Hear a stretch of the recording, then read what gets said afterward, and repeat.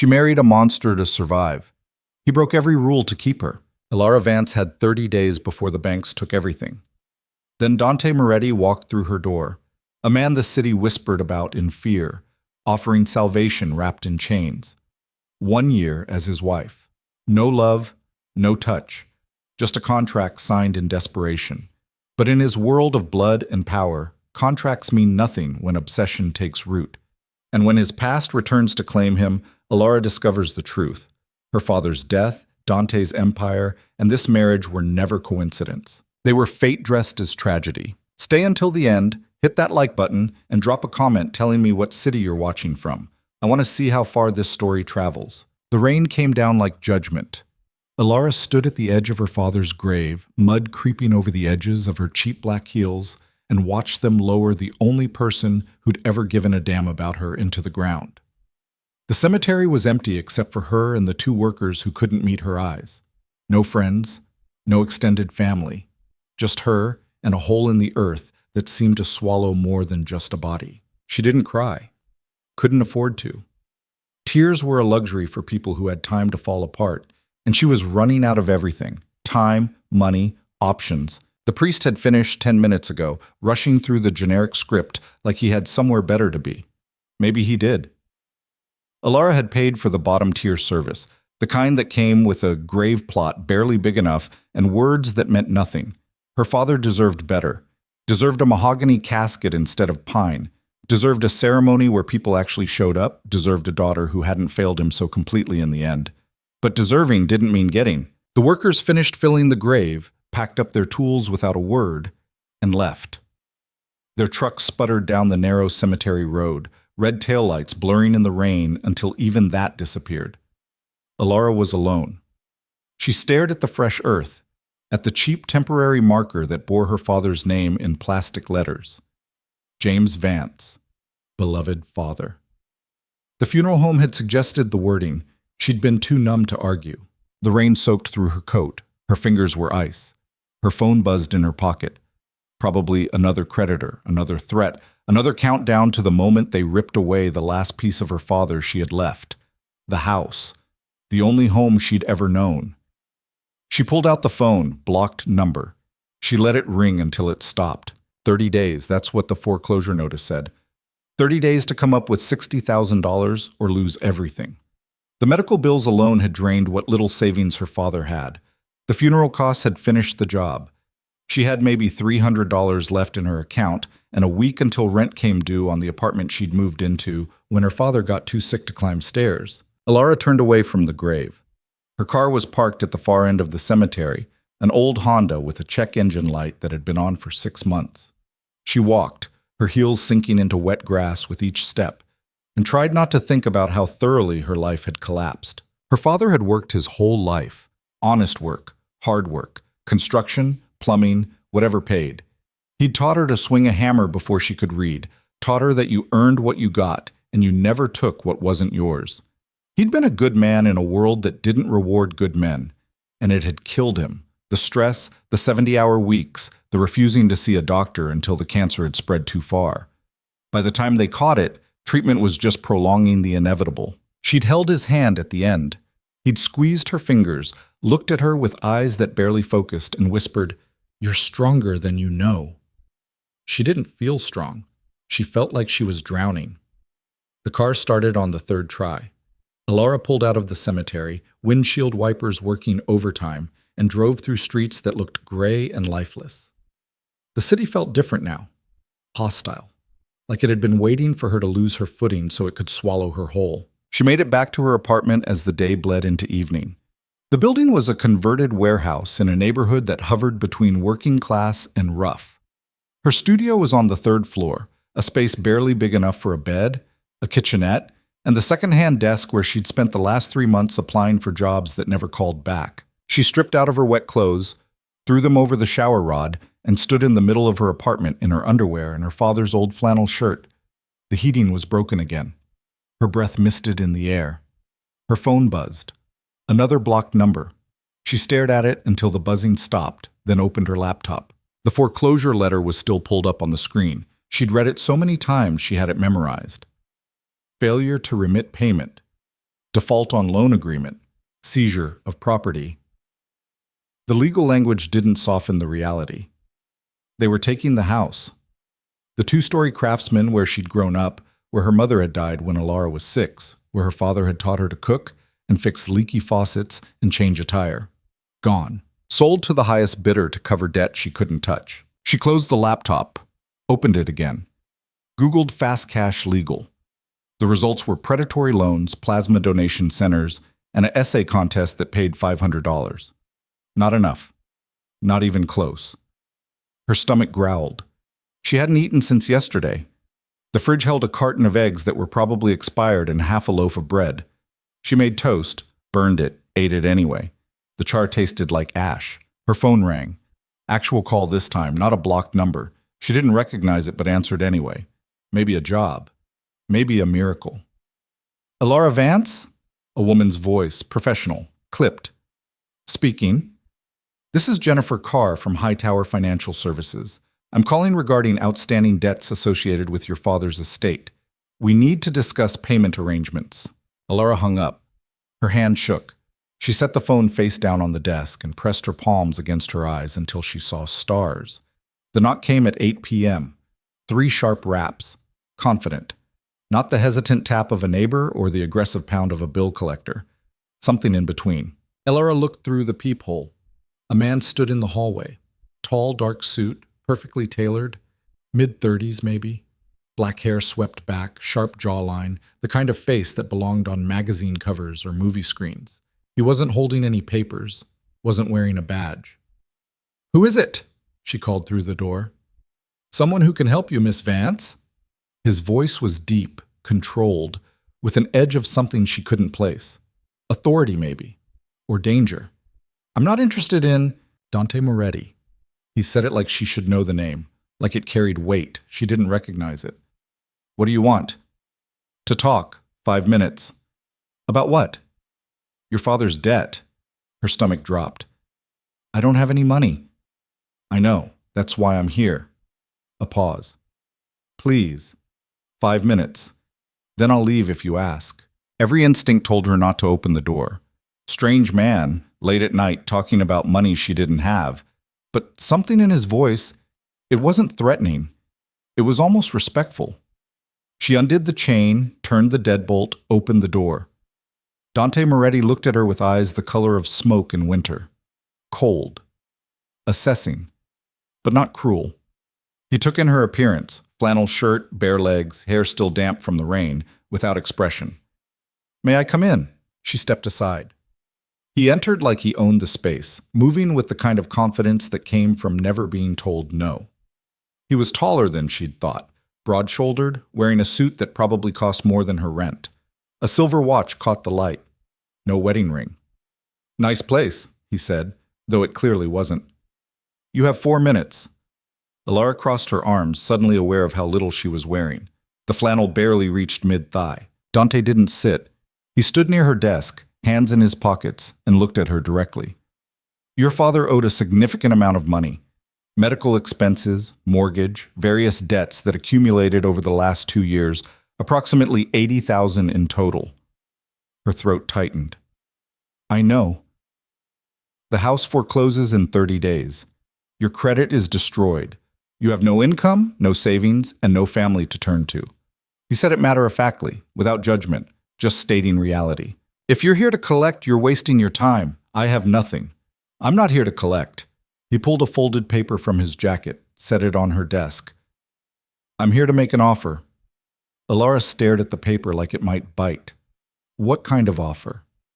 Marriage. The word hit her like cold water. "Excuse me?" "A contractual marriage. 1 year. In exchange, I pay off every debt, the house, the medical bills, everything.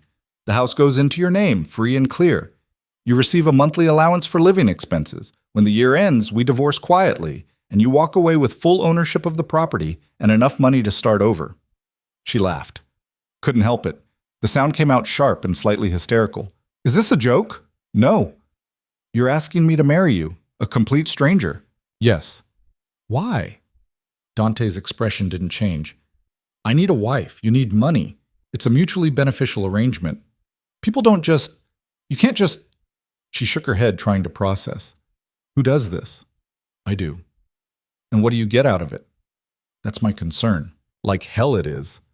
Elara moved closer, anger replacing confusion. You show up at my door, offer to pay my debts in exchange for marriage, and expect me to just sign on without knowing what you want? What are you, some kind of pervert? You want to live in— No. His voice cutted through her rising panic. The marriage is in name only. Separate bedrooms. No physical relationship. No intimacy of any kind. You'll live in my home, attend certain social functions as my wife, and maintain the appearance of a committed relationship in public. That's all.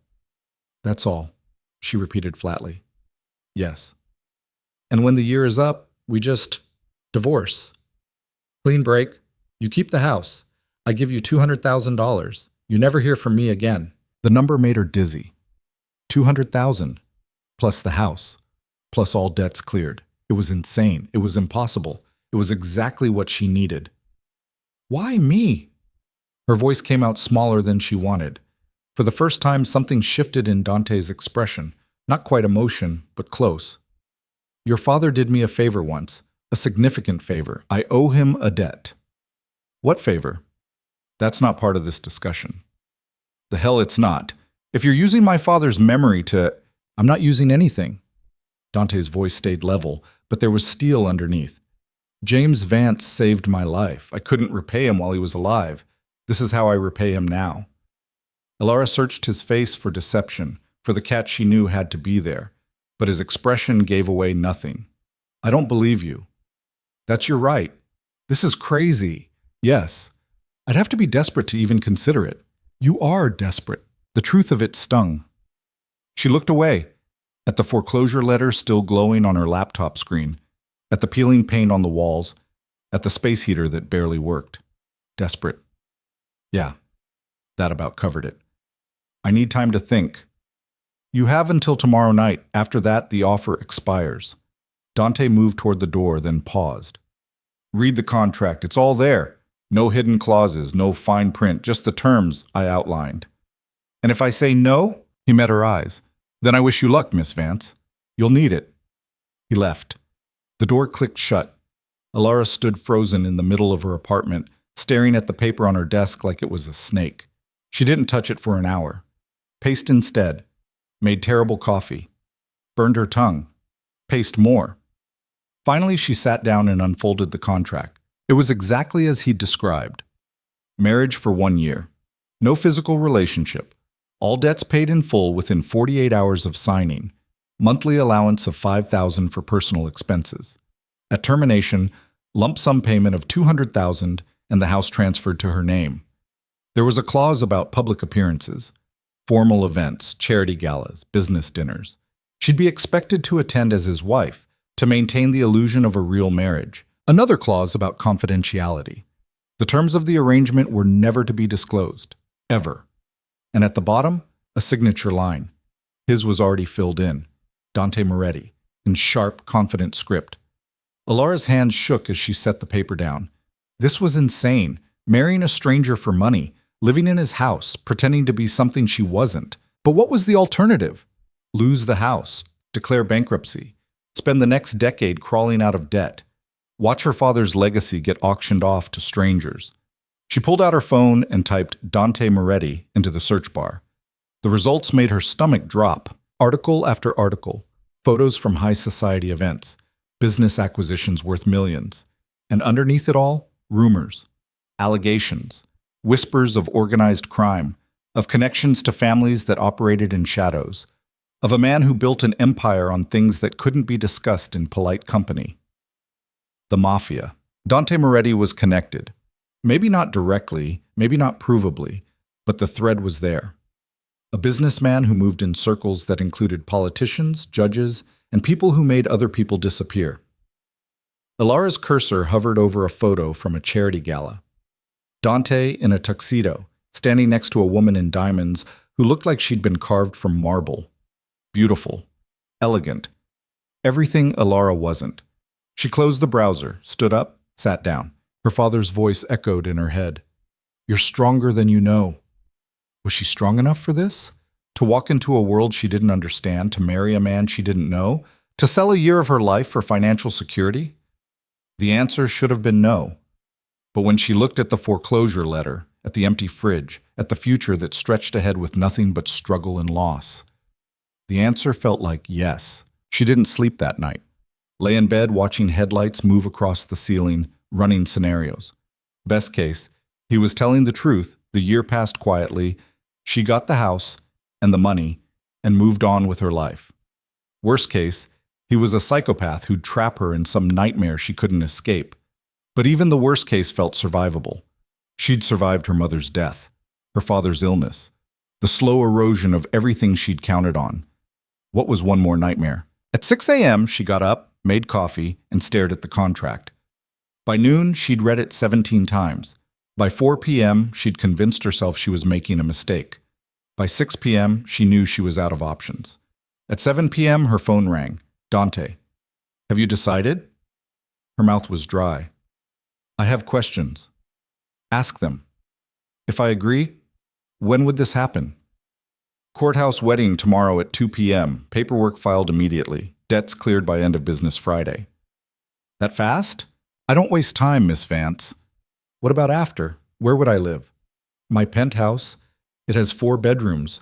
You'll have your own space, your own bathroom, complete privacy except for the public appearances specified in the contract. And those appearances? How often? 2 to 3 times per month. Galas, dinners, occasionally business functions. You'll be provided appropriate clothing and preparation for each event. Preparation? A stylist will help with wardrobe and etiquette. You'll need to learn how to navigate these circles. Because she clearly didn't belong. He didn't say it, but she heard it anyway. What if I mess up, say the wrong thing? You won't. You're smarter than you think. A pause. Any other questions? 1,000, but only one that mattered. Why are you really doing this? Silence on the other end. Long enough that she thought he'd hung up. Then, your father saved my life when I was 17. He asked nothing in return, refused payment, refused favors. He just helped. Another pause. Men like him don't exist in my world. When I learned of his death, of your situation, this is how I honor what he did. You could just give me the money. I could, but I need a wife, and you need salvation. This serves both purposes. You make it sound so transactional. It is transactional. That's the point. His voice softened slightly. But it's also the truth. No lies, no games, just an agreement between 2 people who can help each other. Elara closed her eyes, felt the weight of the decision pressing down like physical force. Okay. I'll do it. I'll sign. She heard something on his end. Not quite relief, but close. Tomorrow at 2. I'll send a car for you at 1:30. Bring identification and anything you want to keep from your apartment. The rest we'll replace. Dante? Yes? If you hurt me, if this is some kind of trap, then you walk away. The contract includes a clause. Any breach on my part, you get the house and $500,000. I'm incentivized to keep my word, Miss Vance. Elara, he repeated, and the way he said her name made something in her chest tighten. He hung up. She sat in the silence of her apartment, contract in hand, and felt like she'd just stepped off a cliff. The car arrived at 1:30 exactly. Black sedan, tinted windows, driver in a suit who didn't speak. He held the door for her, loaded the 2 suitcases that held her entire life, and drove through the city like he owned the roads. Elara wore the only dress she owned that wasn't for funerals. Navy blue, simple, slightly too big in the shoulders. She'd put on makeup, pulled her hair back, tried to look like someone who belonged in a courthouse marrying a man she'd met once. The courthouse was downtown. The driver pulled up to a side entrance, escorted her through hallways that smelled like old paper and broken dreams. Dante was waiting in a small room with a judge and a witness she didn't recognize. He wore another perfect suit. Charcoal this time. He looked at her without smiling, without warmth, but something in his eyes acknowledged her presence. "Thank you for coming," he said, like this was a business meeting. "Didn't have much choice," she replied. The judge cleared his throat. Middle-aged, tired-looking, clearly wanting this over with. "We ready?" Dante nodded. The ceremony took 4 minutes. Repeat after me. Do you take? I do. Sign here. Witnessed and filed. When the judge said, "You may kiss the bride," Dante simply shook her hand.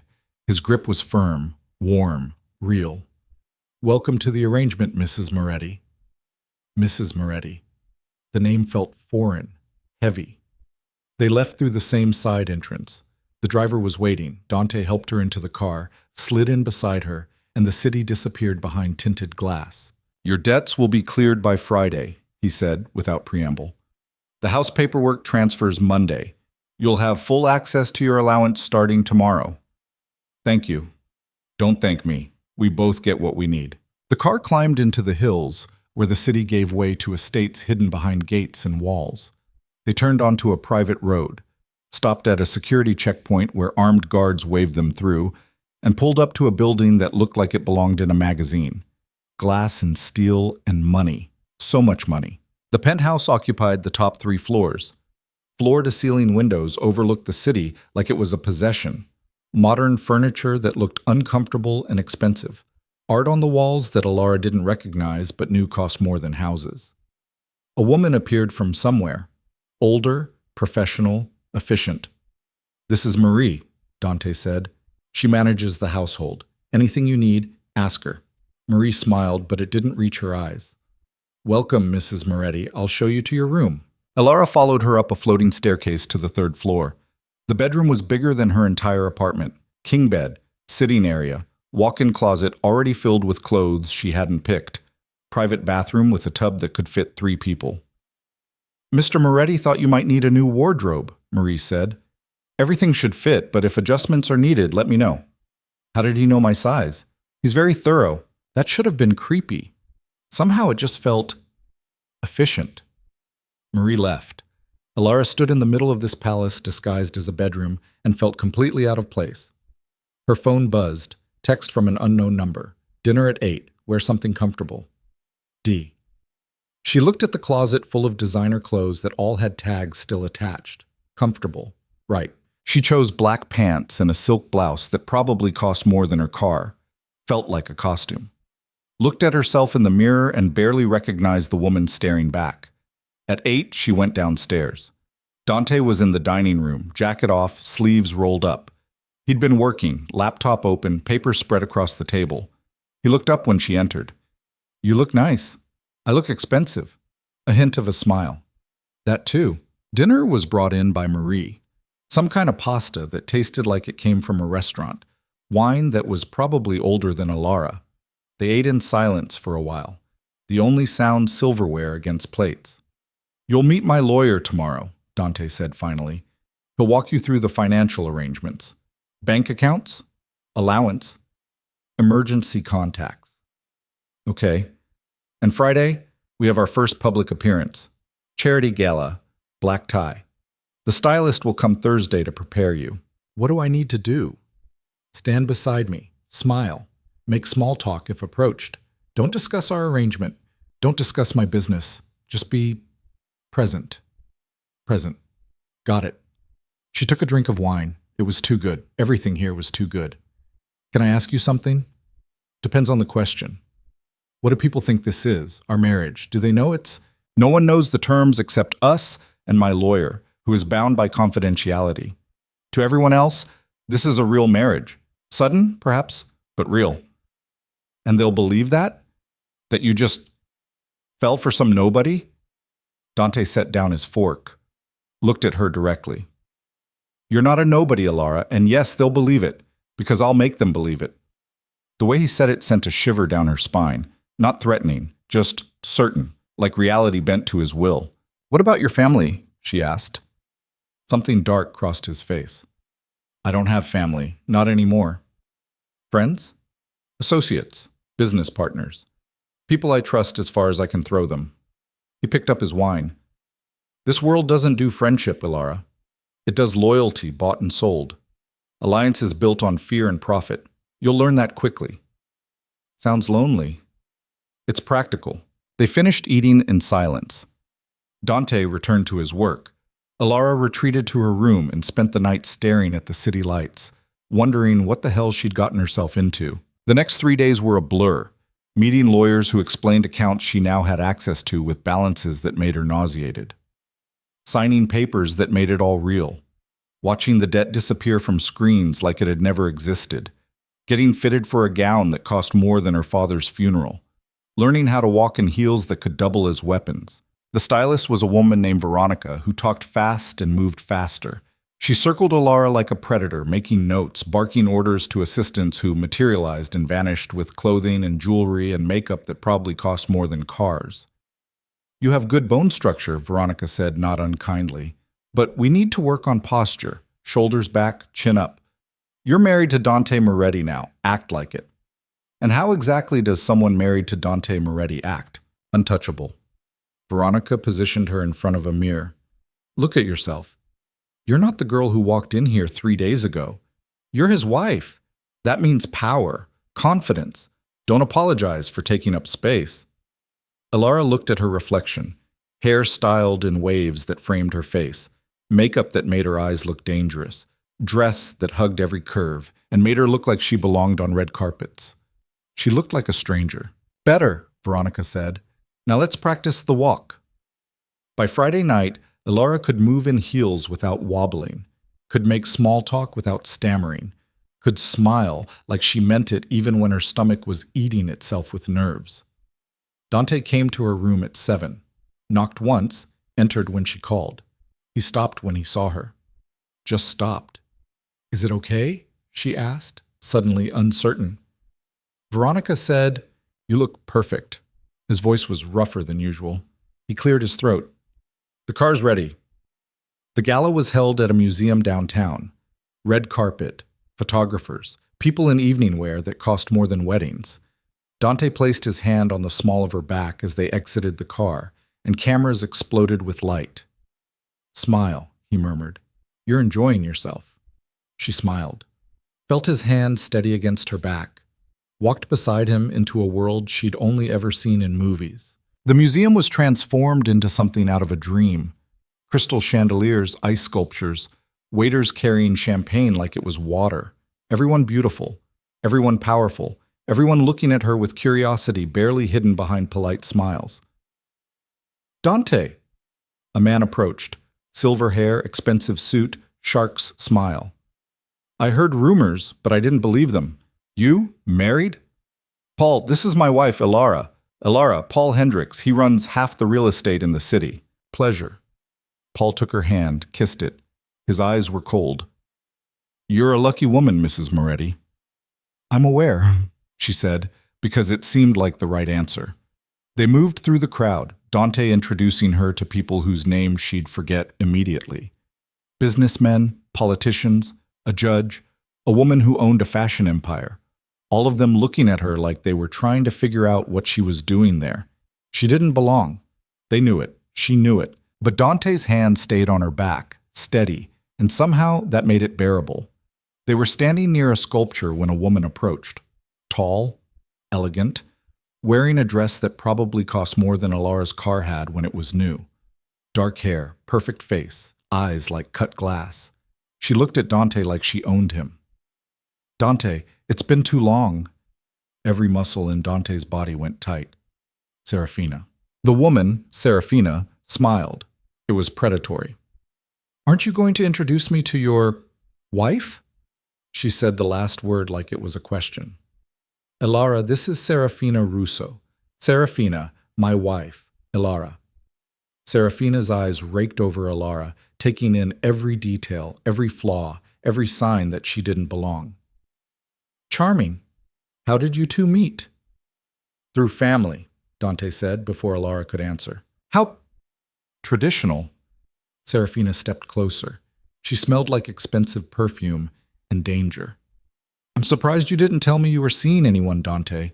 We usually share everything." Dante's expression stayed neutral, but Elara felt the tension radiating off him. "That was a long time ago." "Was it?" Serafina's smile sharpened. "Feels like yesterday to me." She walked away. Dante watched her go, something dark and complicated crossing his face. "Who was that?" Elara asked quietly. "No one important." "She didn't look at you like you were no one important." Dante's jaw tightened. "We should circulate." But Elara had seen it, the way he'd reacted, the way that woman had looked at him, and she realized with sudden, sinking certainty, whatever this arrangement was, she'd just walked into something far more complicated than a simple contract. The ride home was silent, except for the hum of the engine and the city lights sliding past tinted windows. Dante stared out his window. Elara stared out hers. The space between them felt like a chasm. She wanted to ask, wanted to demand who Serafina Russo was and why her presence had turned Dante into stone. But the set of his jaw, the way his fingers drummed once against his knee before going still, it told her to leave it alone. She didn't. "So that's your ex?" Dante's head turned slowly. His eyes in the darkness were unreadable. "Excuse me?" "Serafina. That's who she is, right? The woman you were with before this." Elara gestured between them. "Before me." "It's not relevant. She looked at you like she still owns you. Looked at me like I'm something you picked up at a clearance sale. That feels pretty damn relevant." His expression didn't change. "What Serafina thinks doesn't matter." "Does she know about our arrangement?" "No one knows. I told you that."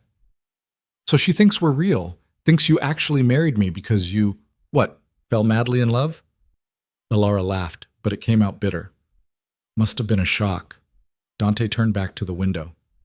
"Serafina and I were engaged 3 years ago. It ended. That's all you need to know." "Engaged?" The word settled heavy in her chest. "What happened?" "I'm not discussing this.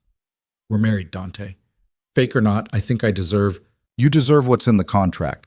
Nothing more." His voice went cold, sharp. The voice he probably used on people who crossed him. "My past is not part of our agreement." Elara bit back the response burning on her tongue. "Fine. Let him keep his secrets." She had enough problems without adding his emotional baggage to the pile. The penthouse was dark when they arrived. Marie had left everything pristine and empty. Dante headed straight for his office without a word. Elara kicked off the torture devices Veronica called shoes and went upstairs.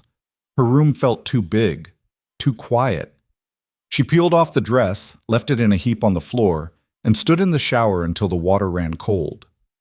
When she finally crawled into bed, she couldn't sleep. She kept seeing Serafina's face, the way she'd looked at Dante like he was hers, the way he'd gone rigid at her voice.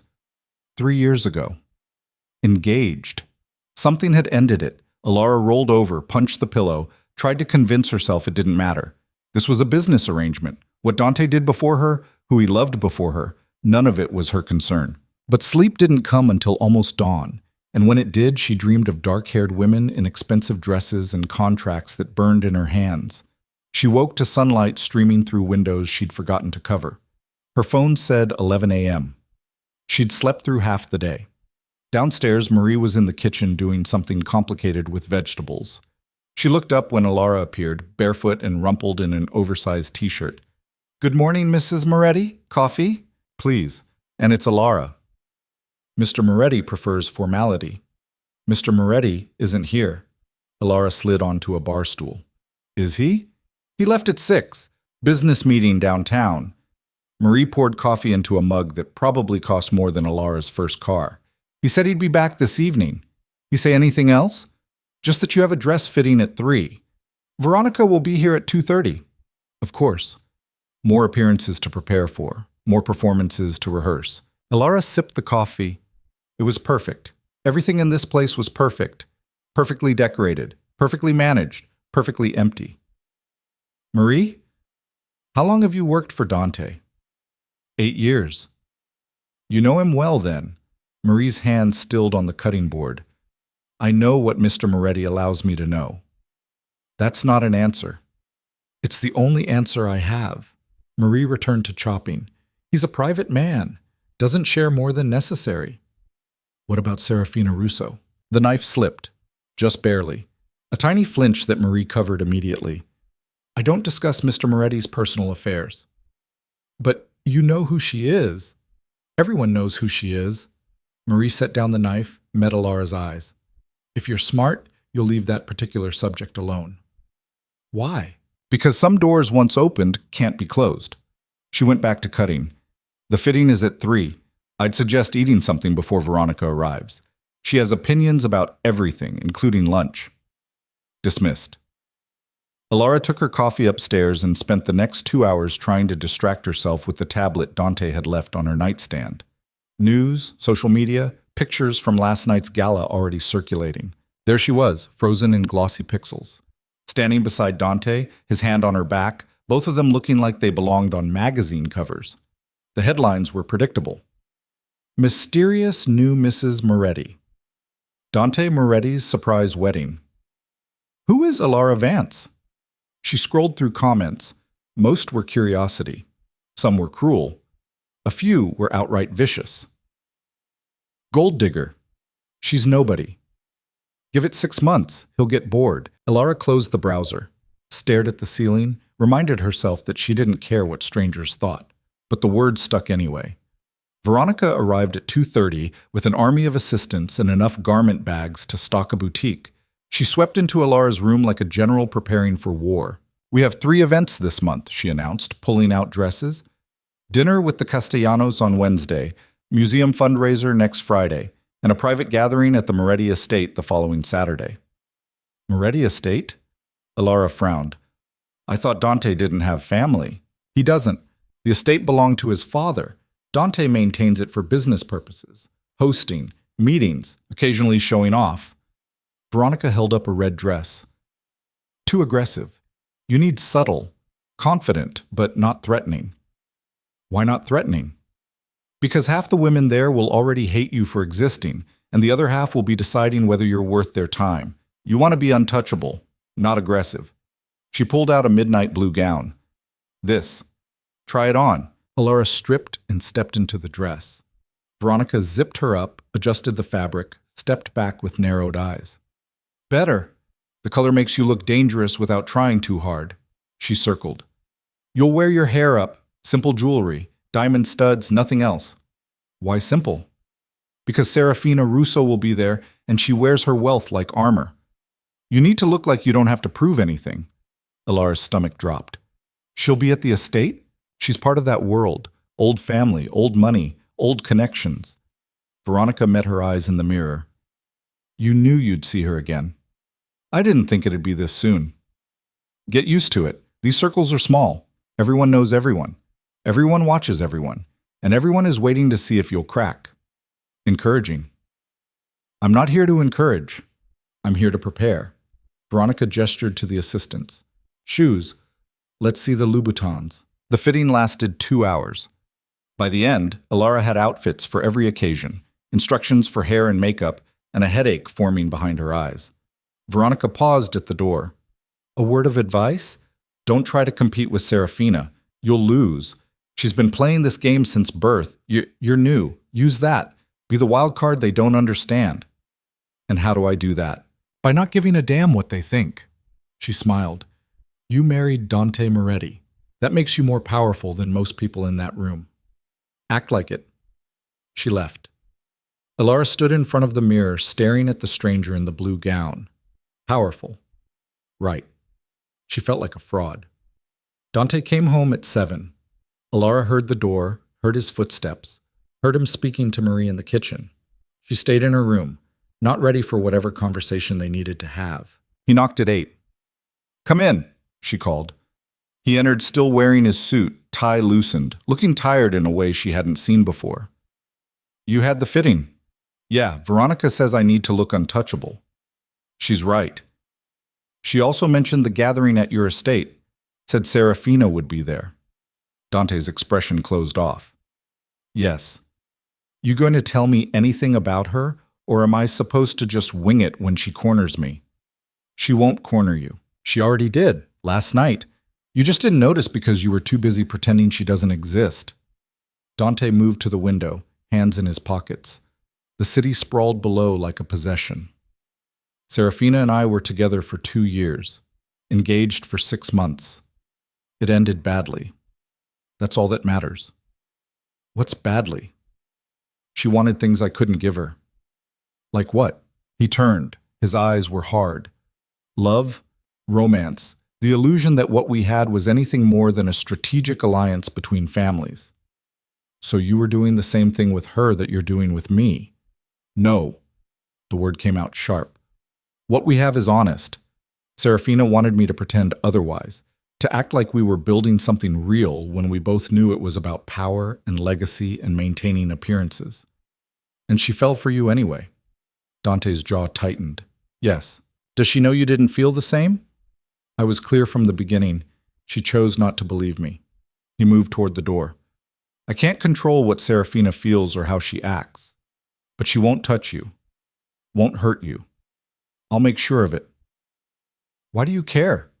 The question stopped him. He looked at her with something unreadable in his expression. Because you're my wife. That means something in my world. Fake wife. The distinction doesn't matter to them. You wear my name. That makes you mine to protect. The possessiveness in his voice made something flutter in her chest. She pushed it down. I'm not your property, Dante. I know. He opened the door. But they don't. And that's what keeps you safe. He left. Elara sat on the edge of the bed, processing. Mine to protect. Like she was something valuable.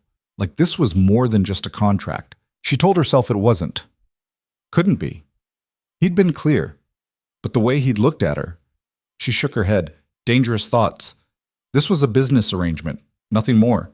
But when she finally fell asleep, she dreamed of gray eyes and the weight of his hand on her back. Wednesday came too fast.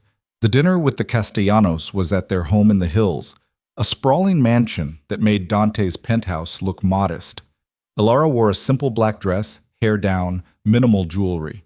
Veronica had coached her through expected topics: art, charity work, neutral politics. Nothing controversial, nothing real. Just smile and nod, Veronica had said. Let Dante lead. You're there to look good and be pleasant. Objectified, but effective. Marco Castellano met them at the door. Late 50s, gray at the temples, expensive suit, calculating eyes. Dante, so good of you to come. He turned to Elara. And this must be your lovely bride. We've heard so much. I'm sure you have. Elara shook his hand. His grip was firm, testing. Inside, the house was museum quality. Original artwork, furniture that belonged behind velvet ropes, a dining room table that could seat 20, set for 8. The other guests were already there. A couple in their 40s, Antonio and Lucia, something to do with shipping. An older woman named Constance who owned galleries, and seated at the far end of the table, perfectly composed in emerald silk. Serafina. Elara's steps faltered. Dante's hand found the small of her back. Steadying, warning. Serafina, Marco said warmly. You know Dante, of course, and his wife, Elara. We've met. Serafina's smile was poison. How lovely to see you again so soon. Dinner was a performance. 7 courses of food. Elara barely tasted. Conversation that danced around topics without touching anything real. Marco talking business and code. Antonio discussing shipping routes like they weren't trafficking anything illegal. Constance name-dropping artists Elara had never heard of. And Serafina, watching. Always watching. Between the 3rd and 4th courses, she struck. So, Elara, she said, voice carrying across the table, Dante mentioned you met through family. How exactly does that work? I wasn't aware he had any family left. Every eye turned to Elara. Dante's hand found her knee under the table. A warning or support, she couldn't tell. My father knew Dante's father, Elara said carefully. They reconnected me. How romantic, Serafina sipped her wine. A connection built on the past, though I suppose that's better than some alternatives. What alternatives? Elara asked, though she knew she shouldn't. Oh, you know, arrangements, contracts. Marriages built on everything except actual feeling. Her eyes glittered. But I'm sure that's not you two. Dante's voice cut through like a blade. Serafina, enough. I'm just making conversation. You're being rude. Am I? She leaned back, utterly composed. I apologize if I offended. I'm just curious about your whirlwind romance. 6 months ago, you swore you'd never marry. Now here you are. One has to wonder what changed. I met the right person. Dante's tone left no room for argument. How convenient. Serafina turned to Marco. More wine? The conversation moved on, but the damage was done. Elara felt every eye on her, calculating, questioning, doubting. She made it through the rest of dinner on autopilot. Smiled when appropriate. nodded at the right times. Let Dante guide the conversation away from dangerous waters. When they finally left at 11, her face hurt from fake smiling. The car pulled away from the mansion. Elara stared out the window, jaw clenched. "I'm sorry." Dante's voice was quiet. "For what?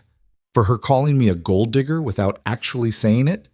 For everyone at that table thinking I'm some nobody you married for reasons they can't figure out?" She turned to him. "Or for putting me in this position in the first place?" "All of it." "Great, that helps." "Elara, she's still in love with you." The words came out flat. "You know that, right?" Dante's silence was answer enough. "And she's not going to stop. She'll keep showing up, keep making comments, keep trying to prove I don't belong." Elara's hands fisted in her lap. "How am I supposed to deal with that for a year?" "By ignoring her." "Easy for you to say." "No, it's not."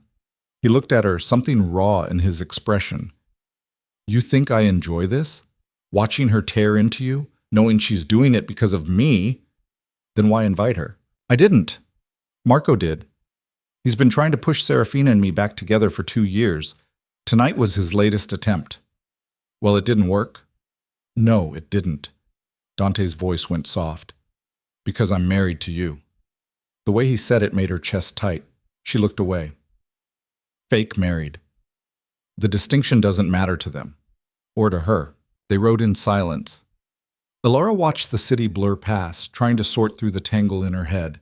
This was supposed to be simple. A transaction. A year of playing pretend in exchange for security. But nothing felt simple anymore. Back at the penthouse, Dante went to his office. Elara went upstairs, changed into pajamas, tried to decompress. She was nearly asleep when her phone buzzed. Unknown number. She almost didn't answer. "Hello? Elara Vance." A woman's voice. Not Serafina. Older. Smoke damaged. Or should I say, Moretti. "Who is this?" "Someone who knows what you don't. About your husband. About why he really married you." Elara sat up. "I'm hanging up." "Your father didn't just know Dante's father. He saved Dante's life. Did he tell you that?" Her blood went cold. "How do you—" 15 years ago. Dante was 17, stupid, in over his head with people who wanted him dead. James Vance intervened, took a beating meant for the boy, nearly died. The woman's voice turned sharp. "Dante's been carrying that debt ever since, and now he's paying it off with you." "I know all this." Do you know why those people wanted Dante dead? Do you know what your father was really involved in?" "My father was a good man." "Your father was a fixer for the Moretti family. He cleaned up their messes, made problems disappear, got his hands dirty so they could keep theirs clean." A pause. "And it got him killed." The room spun. "That's a lie." "Is it? Ask your husband about the night your father died. Ask him where he was, what he was doing." "Who the hell are you?" "Someone who wants you to know the truth before it's too late. Dante Moretti doesn't do anything without a reason. Your father saved him. Fine. But this marriage, it's not just about repaying a debt. It's about control, about keeping you close so you can't ask the wrong questions." "Questions about what?" "About what really happened to James Vance." The line crackled.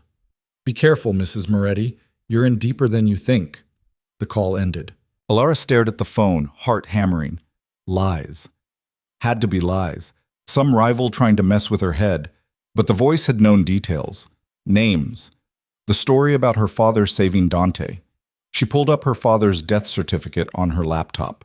Heart failure. Natural causes. The hospital had been clear. But he'd been healthy. Active. 58 years old. And then suddenly dead. She'd been so consumed with grief and debt that she hadn't questioned it, hadn't pushed for answers. The doctor said heart failure, so heart failure it was. But now, she pulled up her father's phone records from his last month. Most were normal. Calls to her, to work contacts, to doctors. But there were 3 calls to the same unknown number, all in the week before he died. Elara reverse searched the number. Got nothing. Tried again with different search terms. Finally, buried in the 5th page of results, a forum post from 2 years ago. Someone asking about the same number. One response, "That's a private line. Moretti family business." Her hands shook. No. This didn't mean anything. Her father did odd jobs. He could have been calling about work, about construction, about anything, but the timing. She grabbed her phone, pulled up Dante's contact, hovered over the call button. What was she supposed to say? Some stranger called and said, "You killed my father?" It was insane. But she couldn't unhear it. She set down the phone, changed into jeans and a sweater, went downstairs. Dante's office door was closed, light showing underneath. She knocked. "Come in." He was at his desk, papers spread everywhere, laptop open. He looked up, surprised. "It's after midnight. I need to ask you something." Something in her voice made him straighten. "What's wrong? When did my father save your life? Exactly when?"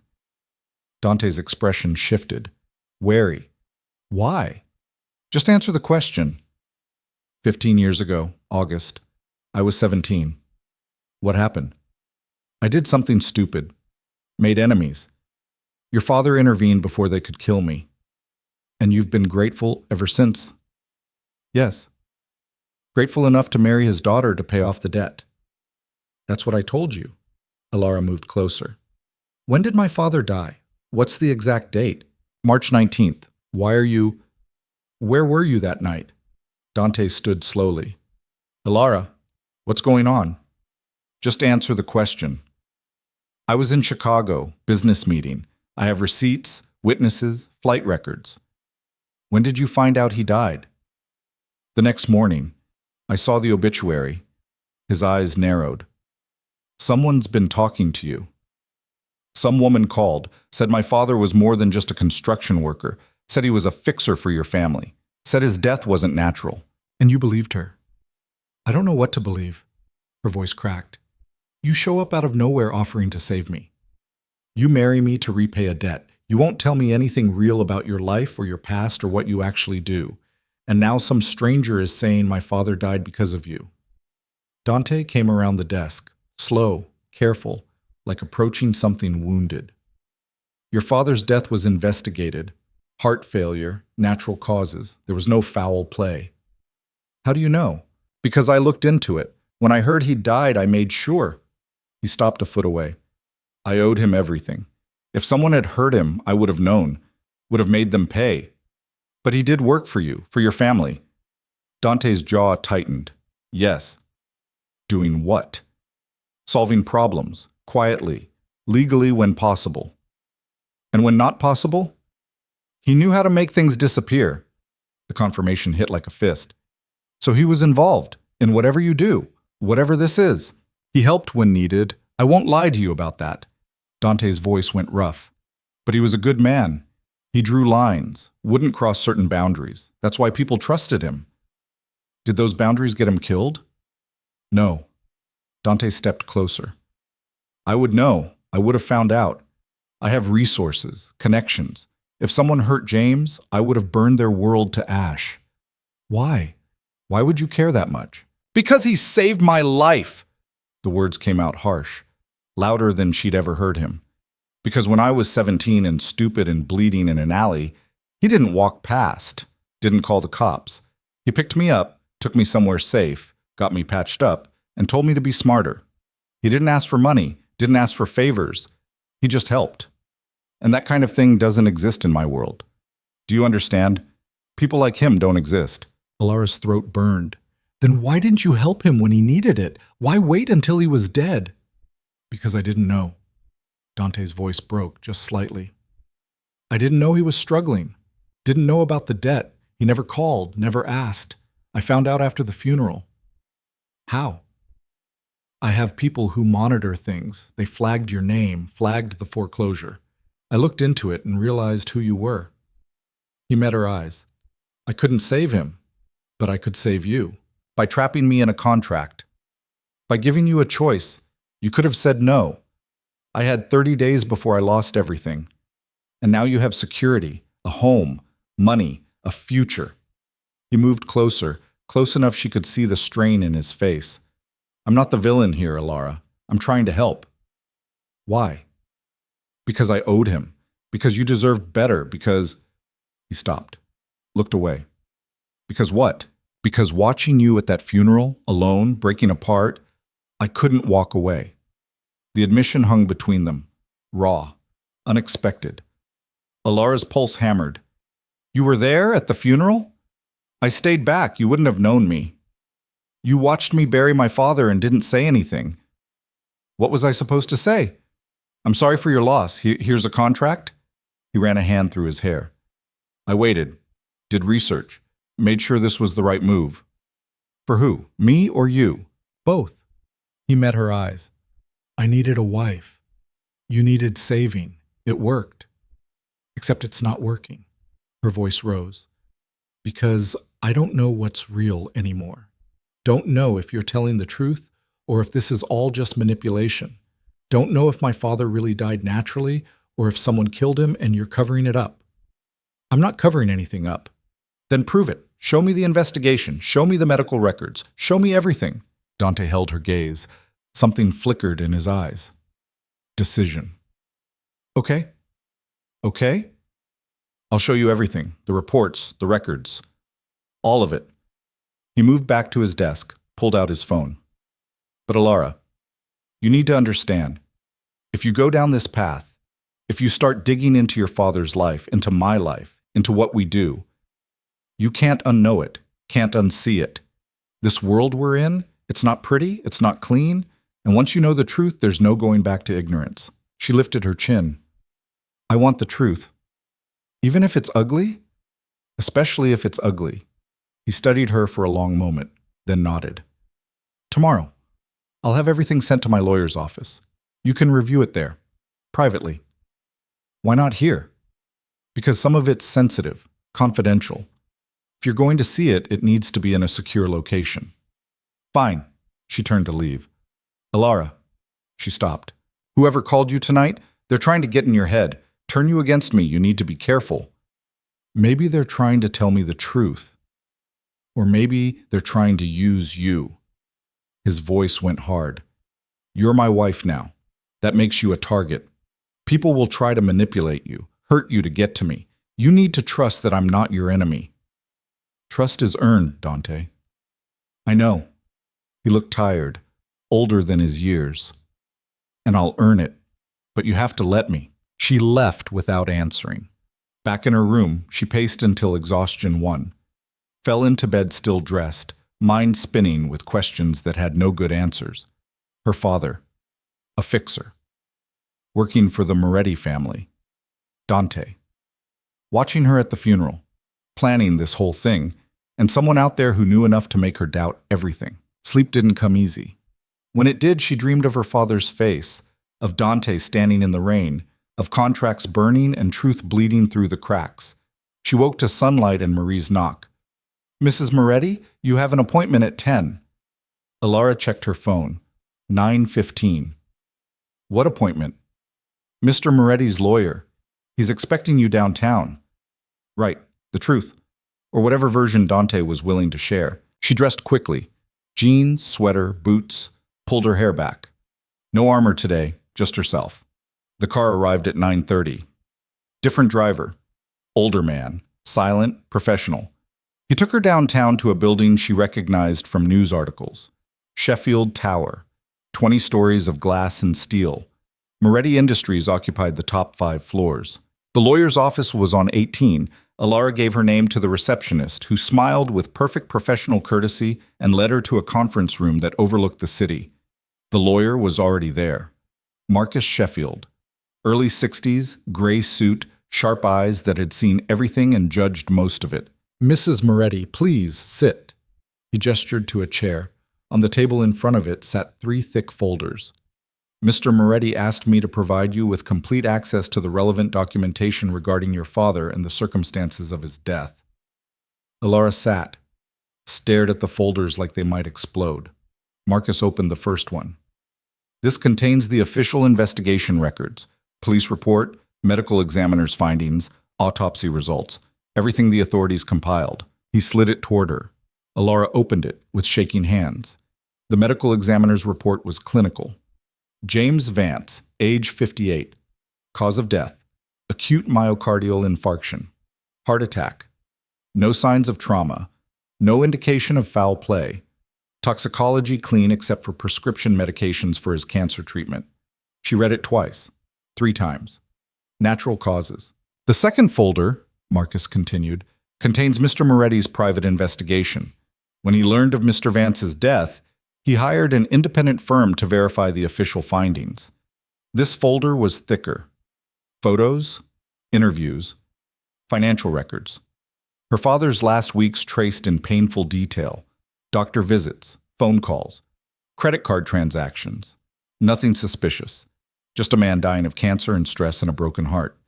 The third folder made her breath catch. This, Marcus said quietly, contains records of your father's work with the Moretti family. Mr. Moretti wanted you to see exactly what Mr. Vance did and didn't do. Elara opened it.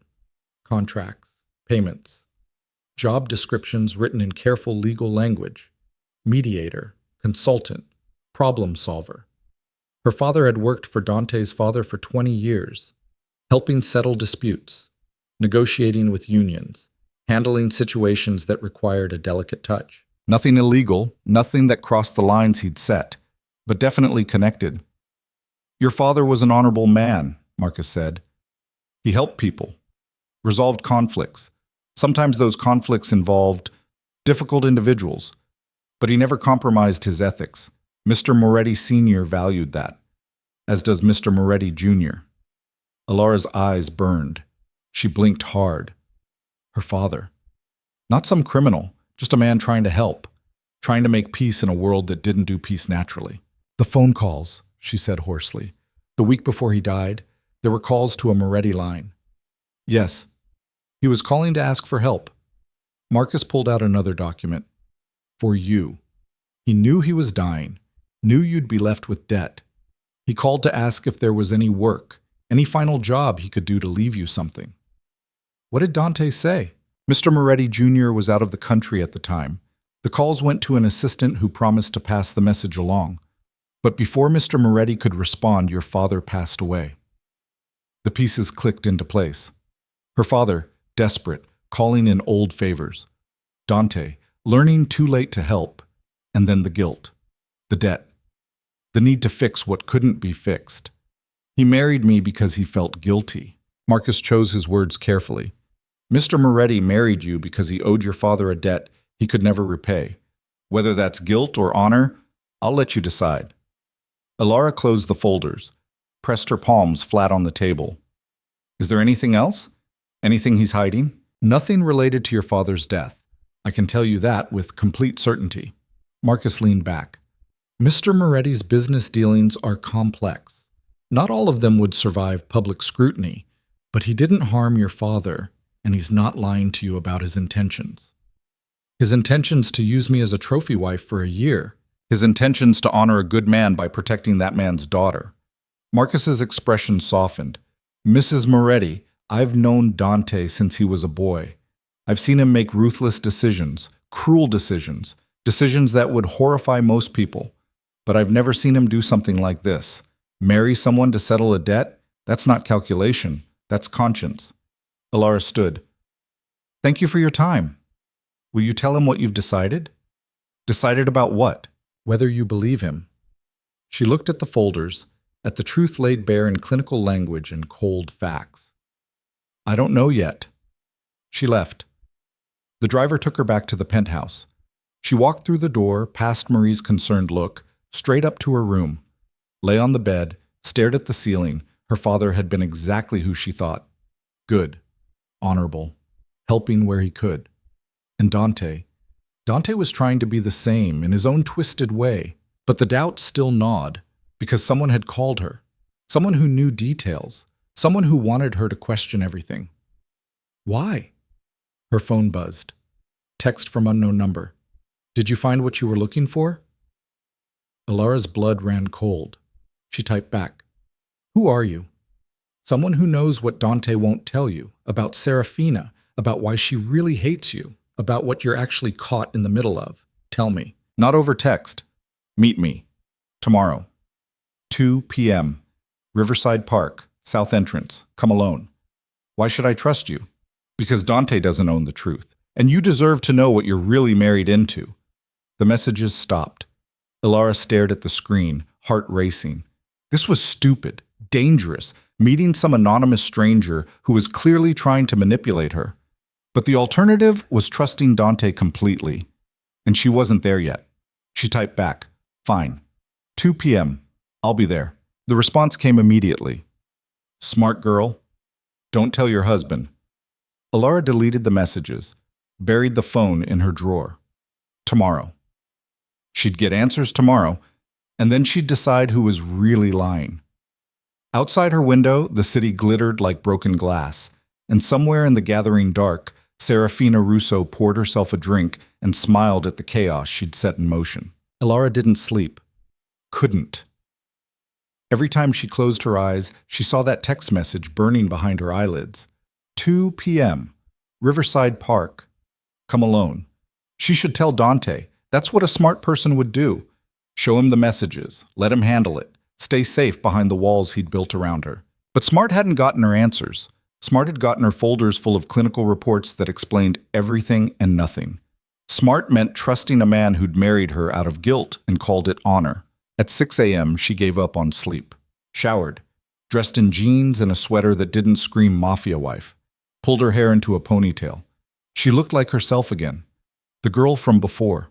Before Dante. Before contracts and penthouses and people who smiled with knives behind their teeth. Marie was already in the kitchen, brewing coffee that smelled like it cost more than Elara's first car. "You're up early, Mrs. Moretti." "Couldn't sleep." Elara took the mug Marie offered. "Is Dante here?"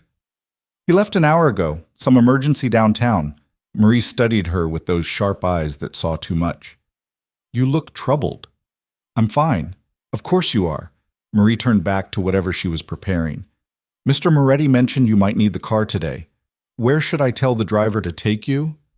Elara's stomach tightened. "Actually, I was thinking of walking, getting some air. It's 40 degrees and raining." "I like the rain." Marie's hands stilled. She didn't turn around. "Be careful, Mrs. Moretti. This city isn't kind to people who wander alone." "I'll manage." "I'm sure you will." Marie resumed chopping. "Just remember, sometimes the people offering help are the ones you should fear most." The words felt like a warning or a threat. Elara couldn't tell which. She finished her coffee and left before Marie could say anything else. The penthouse was in the hills, far from Riverside Park. She could have called a cab, but taxis left records. Could have taken the bus, but that meant cameras. So she walked to the nearest station and took the train downtown like a normal person. Like someone who didn't live in a fortress and wear dresses that cost more than most people's rent. The city looked different from ground level. Grittier. Real. People rushing to jobs they hated, drinking coffee that tasted like dishwater, existing in the margins Elara had briefly escaped. This was where she belonged. Not in Dante's world of power and violence dressed up as civilization. Riverside Park was a stretch of green along the water, popular with joggers and tourists and people who needed somewhere to exist for a while. The south entrance was marked by an old stone arch crumbling at the edges, covered in graffiti that might have been art. Elara arrived at 1:45, stood under the arch, hands in her pockets, trying to look casual while her heart hammered against her ribs. The rain had stopped, but the air was heavy with it. Gray sky, gray water, everything gray except the autumn leaves clinging to trees like they didn't know they were already dead. At 2 p.m. exactly, a woman appeared. Not Serafina. Someone older. Late 50s, maybe 60. Elegant in that way that came from decades of practice. Cashmere coat, leather gloves, hair that had been dyed and styled to perfection. She walked with a cane, but it looked more like an accessory than a necessity. She stopped a few feet from Elara, smiled. The expression didn't reach her eyes. "Elara Vance. Or should I say, Moretti?" Her voice was the same from the phone. Smoke and razors. "Who are you?" "Margaret Kane, though the name won't mean anything to you yet." She gestured toward a bench. "Shall we sit? I'm not as young as I used to be." Elara didn't move. "Tell me what you know. Then I'll decide if I'm staying." Margaret's smile widened. "Smart. Your father raised you well." She pulled out a phone, tapped the screen, held it up. A photo. Old, grainy. 3 men standing outside what looked like a warehouse. Elara recognized one immediately. Her father, younger, hair still dark. The second man was older, distinguished, with Dante's eyes. His father. The third man she didn't know. Handsome, cold, looking at the camera like he owned it. That's Victor Kane, Margaret said. My late husband. Taken 23 years ago, before everything went to hell. She lowered the phone. Your father, Antonio Moretti, and Victor. Partners. Brothers, practically. They built an empire together. My father wasn't what? Criminal? Dirty?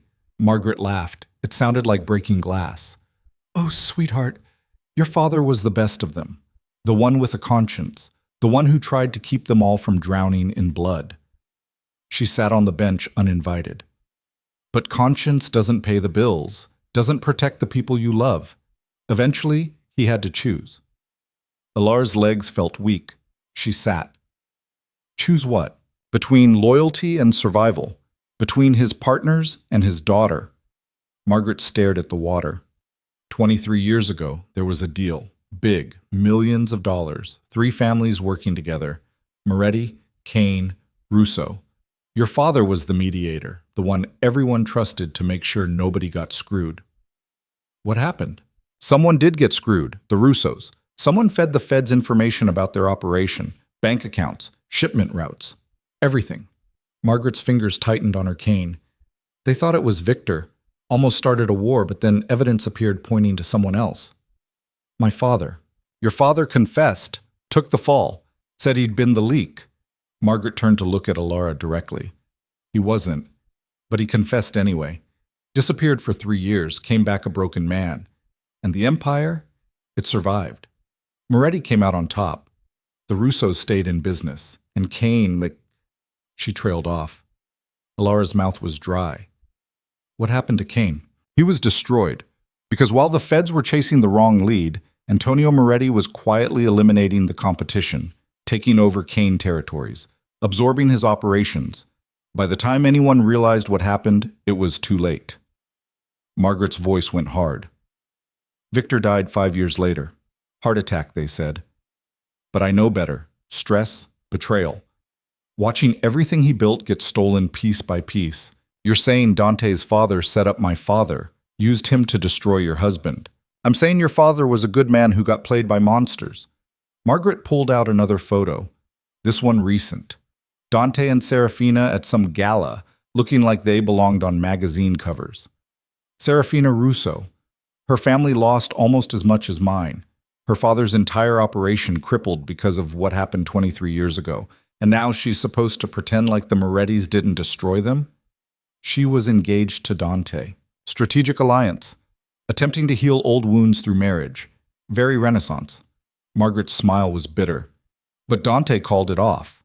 Know why? He said she wanted something he couldn't give. Love. Margaret laughed. No, she wanted confession. Wanted him to admit what his father did. Clear the Russo name. Return what was stolen. She leaned closer. He refused. Told her the past was dead and she needed to accept it, so she walked away. And then, 3 months later, he marries you. Elara's head spun. Why? Why would he marry me if... Because you're James Vance's daughter, the man who took the fall, the man who saved the Moretti Empire. Margaret's eyes glittered. You're a symbol, proof that the Morettis pay their debts, that they honor sacrifice. Marrying you legitimizes everything his father did, makes it look noble instead of ruthless. No. Elara stood, her legs shook. No, he showed me the files. My father died naturally. Dante investigated. Of course he investigated. Had to make sure there were no loose ends, no evidence of what really happened. Margaret stood too, slower, leaning on her cane. Your father called the Moretti line in his final week, you know that? He was asking for work, for help with my debt. He was asking for protection. Someone had started digging into the old case, asking questions. Your father was scared they'd come after you to get to him. Margaret's voice softened. He died 3 days after his last call. Massive heart attack. Very convenient timing. The world tilted. Elara grabbed the bench to steady herself. You're saying Dante killed him. I'm saying someone did. And the only person with motive, means, and opportunity was Dante Moretti. Margaret pulled out a card, pressed it into Elara's hand. Check his alibi for that night. Really check it. Chicago, he said. Look at the timestamps. Look at when he arrived versus when your father died. Then ask yourself why a man who supposedly loved your father would marry you 2 months after burying him. Why are you telling me this? Because you deserve the truth. Because your father deserved better. And because Margaret's expression hardened. I want to see Dante Moretti lose everything the way he took everything from me. She walked away. Slow, steady. Leaving Elara standing in the rain that had started again, staring at a business card that read, Margaret Kane, private investigator, with a phone number underneath. Elara's hand shook so badly she almost dropped it. This was insane. Margaret Kane was a grieving widow with an axe to grind. Nothing she said could be trusted. But the details, the photo, the timeline. Elara pulled out her phone, searched Moretti Kane Russo Conspiracy 2003, article after article, 3 families, a federal investigation, James Vance confessing to insider trading and information leaking, 3 years in minimum security, released on good behavior. She clicked deeper, found a photo from the trial. Her father, looking hollow, standing beside his lawyer. The date, October 2003. Elara would have been 7. She remembered that year. Her father disappearing, her mother telling her he was away for work, the cramped apartment they moved to, the way her mother cried when she thought Elara was sleeping. And then he came back. Different, quieter, working construction instead of whatever he'd done before. Never talking about those 3 years. She'd thought it was trauma from prison, from being away from family. But what if it was guilt? Shame from taking a fall for people who'd used him? She scrolled further. Found an article about Victor Kane's death. Heart attack, 2008. Survived by his wife Margaret and 2 sons. Then another article. 2015. Both sons dead. One in a car accident. One from a drug overdose. Margaret Kane, now alone, had accused Dante Moretti of orchestrating their deaths. No charges were filed. Insufficient evidence. Elara's stomach churned. She clicked on images, found more photos of her father with Antonio Moretti, smiling. Brothers in everything but blood. And then a photo that made her blood run cold. Dante, 17 years old, standing next to her father outside a garage, her father's hand on Dante's shoulder, both of them looking at the camera. The caption, local contractor James Vance and family friend after community cleanup event. The date, August 2008, 3 months before Victor Kane died. This was the moment. When her father had saved Dante, when the debt had been created, or when Dante had been planted in her father's life. A connection, a future investment. No. She was spiraling, seeing conspiracy where there was just coincidence, but Margaret's words echoed. Check his alibi. Elara pulled up the files Marcus had given her. Dante's private investigation into her father's death. There. Flight records. Chicago to home city. Departed 6 a.m., March 20th. Landed 8:47 a.m. Her father had died the night of the 19th. Time of death estimated between 10 p.m. and midnight. Dante was in Chicago, confirmed. But then she noticed something. The investigation file showed Dante's hotel checkout, 5:45 a.m., March 20th. So he'd been there all night, safe alibi. Except, Elara pulled up flight times, Chicago to their city. Multiple flights, including a 1 a.m. departure that landed at 2:47 a.m. Someone could have flown out middle of the night, done what needed doing, flown back in time for the morning flight home. She was reaching, had to be reaching. But she pulled up credit card records from the file. Dante's black Amex. Charges in Chicago through March 19th. Then nothing until March 20th. Nothing during the window her father died. No hotel restaurant charges, no minibar, no room service. Nothing between 8 p.m. the 19th and 7 a.m. the 20th. Like the card hadn't been used. Like Dante hadn't been in that room. Elara's vision blurred. She stumbled to a trash can and dry heaved. Nothing came up but bile and terror. This proved nothing. Dante could have paid cash, could have not been hungry, could have been sleeping. But doubt had teeth now. Doubt had evidence. She needed more, needed certainty. The card in her hand felt like a brand. She typed the number into her phone, hesitated, then called. Margaret answered on the first ring. That was fast. Tell me how to prove it, one way or the other. You want proof? Ask Serafina Russo. She knows things she's never said, things that could destroy Dante if she wanted. A pause. But she won't talk to me. We're not exactly friends. You, though, you're his wife. She might tell you the truth just to watch you burn. Where do I find her? She'll be at the Moretti estate gathering this Saturday. You're invited, aren't you? Margaret's voice turned sharp. Corner her. Make her talk. And Elara, be careful. You're playing with people who've killed for less than what you're asking about. The line went dead. Elara stood in the rain, soaked to the skin, holding a phone that felt like a weapon and a business card that felt like a detonator. Saturday, 3 days. She could tell Dante, lay this all out, demand the truth. But if Margaret was right, if Dante had killed her father or had him killed, then showing her hand meant dying, or disappearing, or whatever happened to people who knew too much in his world. If Margaret was wrong, if this was all manipulation, then Elara was destroying her marriage over lies from a vengeful woman with nothing left to lose. Either way, she was trapped. She walked back to the train station in a daze, rode home in silence while other passengers lived their normal lives, got off at her stop, walked the final blocks to the penthouse like she was walking to execution. The guards waved her through. The elevator climbed. The doors opened to the penthouse and Marie was there, holding towels like she'd been waiting. You're soaked. No judgment, just fact. I went for a walk. In the rain. I like the rain. Marie handed her a towel. Mr. Moretti called. He'll be home late. Business dinner. Her eyes met Elara's. You have time to think. Whatever you need to think about. I'm fine. Of course you are. Marie turned to leave, then paused. Mrs. Moretti? My sister worked for the Kane family years ago. She saw things, heard things. A long pause. She said Margaret Kane used to be kind. Before her husband died. Before her sons died. Before grief made her into something else. Marie looked back. Sometimes people tell the truth. Sometimes they just want company in their pain. Knowing which is which, that's the hard part. She left. Elara stood dripping in the entryway, towel clutched in numb fingers.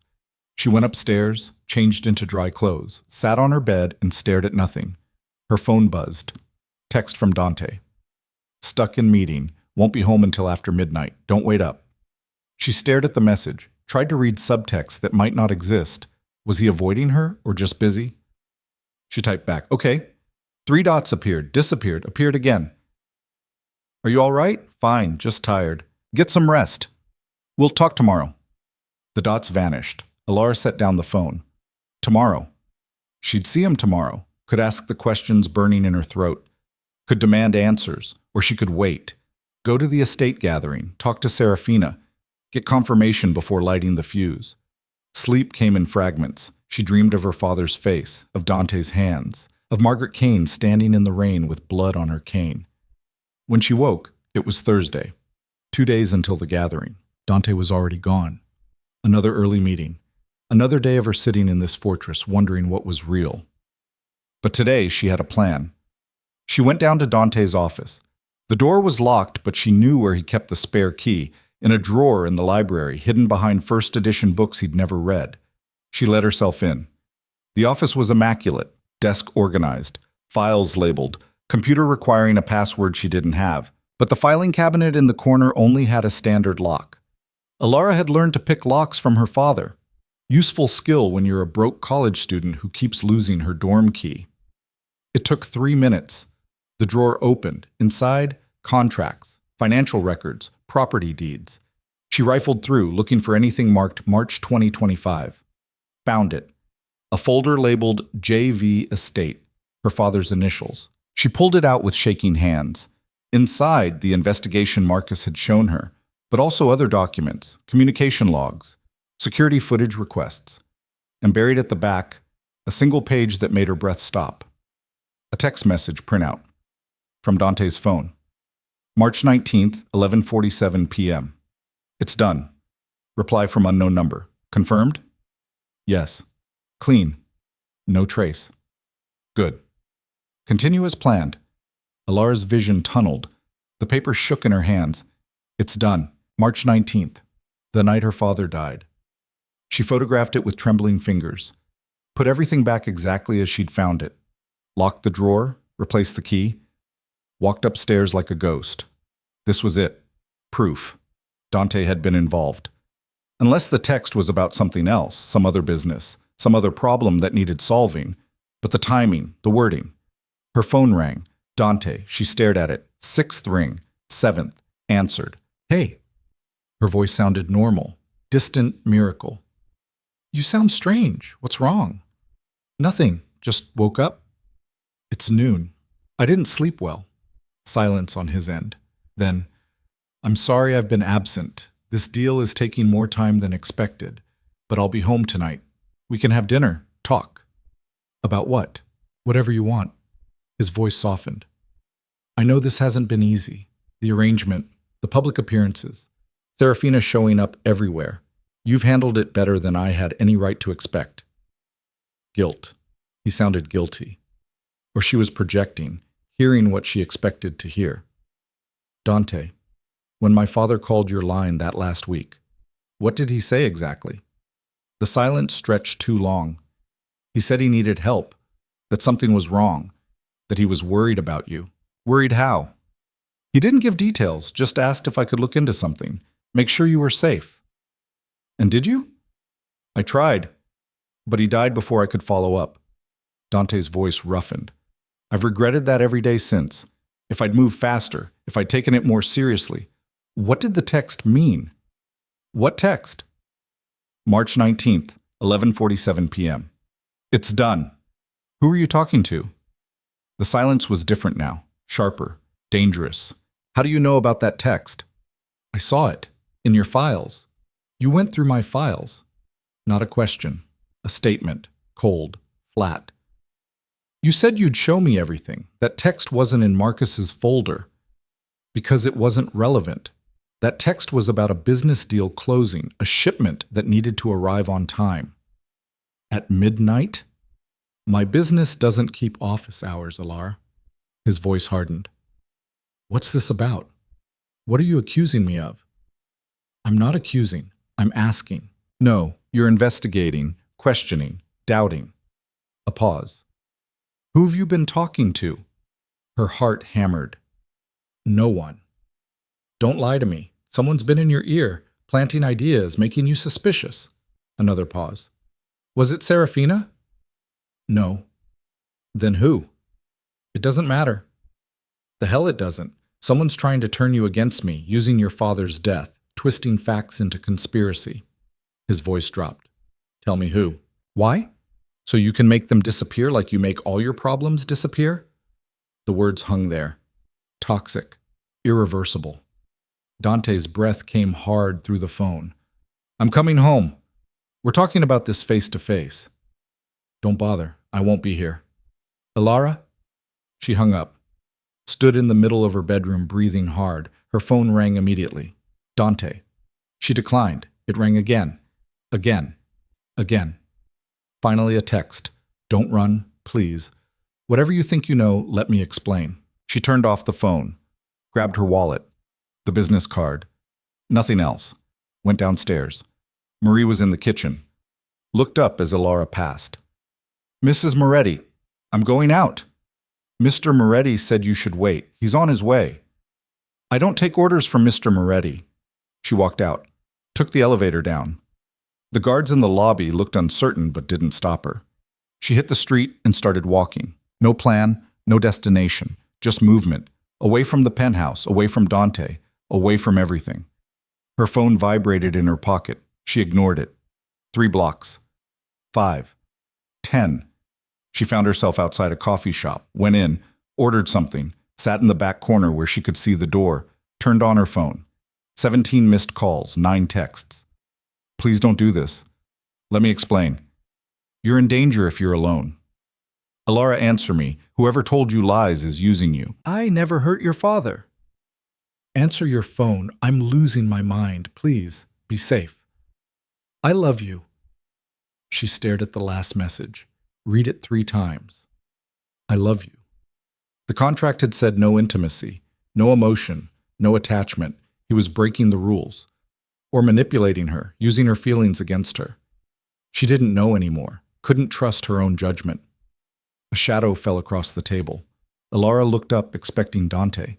It was Serafina. She stood there in a black coat, perfect as always, holding a coffee cup and wearing an expression that might have been pity. You look like hell, she said. What do you want? To talk. May I? She gestured to the empty chair. Elara should say no, should walk away. But Serafina was the key, the one who knew things, the one Margaret said would talk. Sit. Serafina sat gracefully, sipped her coffee, studied Elara with those cut-glass eyes. He's called me 6 times in the last hour.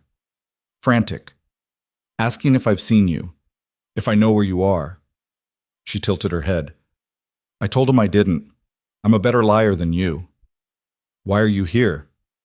Because I saw you leave the penthouse looking like you'd seen a ghost. Followed you. Wanted to see if you'd finally figured it out. Figured what out? The truth about Dante, about what he is. Serafina leaned back. You met Margaret Kane, didn't you? Elara's breath caught. How? Because she contacted me first, weeks ago. Told me she was going to expose Dante, use you to do it. Serafina's smile was sharp. I told her to go ahead, watch the empire burn. So you know, about my father, about what happened. I know Dante's father was a monster who destroyed good men to build his kingdom. I know your father took a fall he didn't deserve. I know Dante has spent his entire adult life trying to be different while using the same ruthless methods. She set down her coffee. And I know he didn't kill your father. The words hit like cold water. What? James Vance died of a heart attack, natural causes. Dante wasn't involved.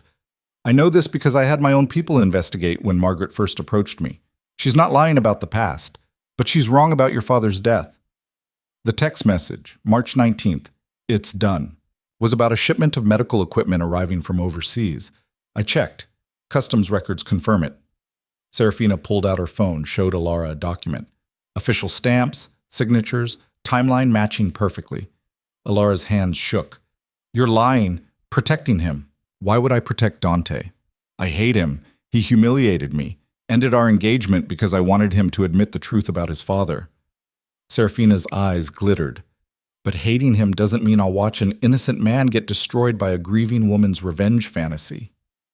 Margaret said, Margaret lost everything. Her husband, her sons, her entire life. She needs someone to blame, someone to punish. Dante's the perfect target. Serafina leaned forward. But listen to me carefully. Dante Moretti is a lot of things. Ruthless, calculating, dangerous. But he didn't kill your father. And he married you because he genuinely believes he owes James Vance a debt. Not because you're some trophy or symbol. How do you know? Because I know him. Better than anyone. Better than you. Pain flickered across her perfect face. He loved your father. Talked about him constantly. Called him the only good man he'd ever known. When James died, Dante shut down for weeks. Disappeared. Came back different. She pulled back. Then he married you. And I thought it was spite. Thought he was trying to hurt me. But watching you two at the gala, seeing how he looks at you. What? He's falling for you. Actually, falling. The thing he swore he'd never do. Serafina stood. So you can believe Margaret's poison and destroy him. Or you can go home and ask for the truth. Really ask. Really listen. Your choice. She walked away. Left Elara sitting there with a cold coffee and a mind that wouldn't stop spinning.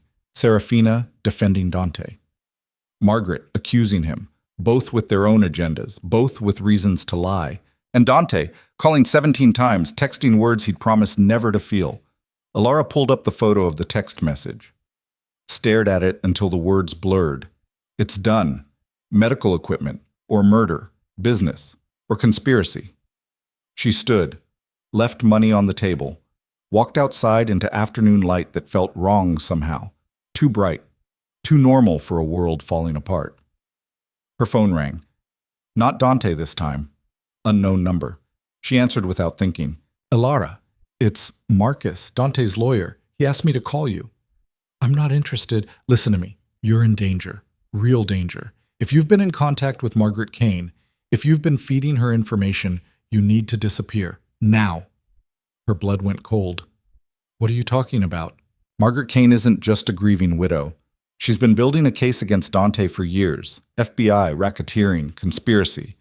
She's trying to take down the entire organization.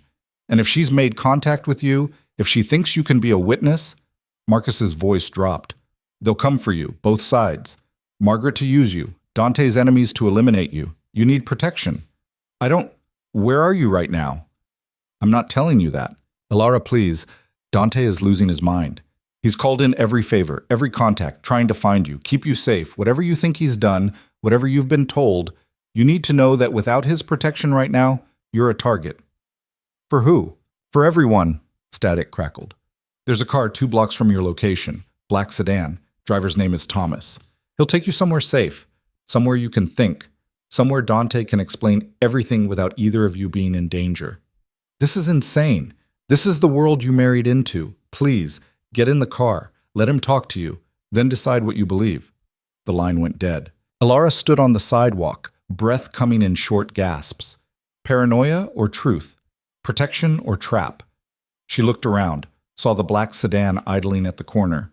Tinted windows. Anonymous. Could be Thomas. Could be someone else. Someone sent by Margaret, or Dante's enemies. Or the passenger window rolled down. A woman leaned out. Older.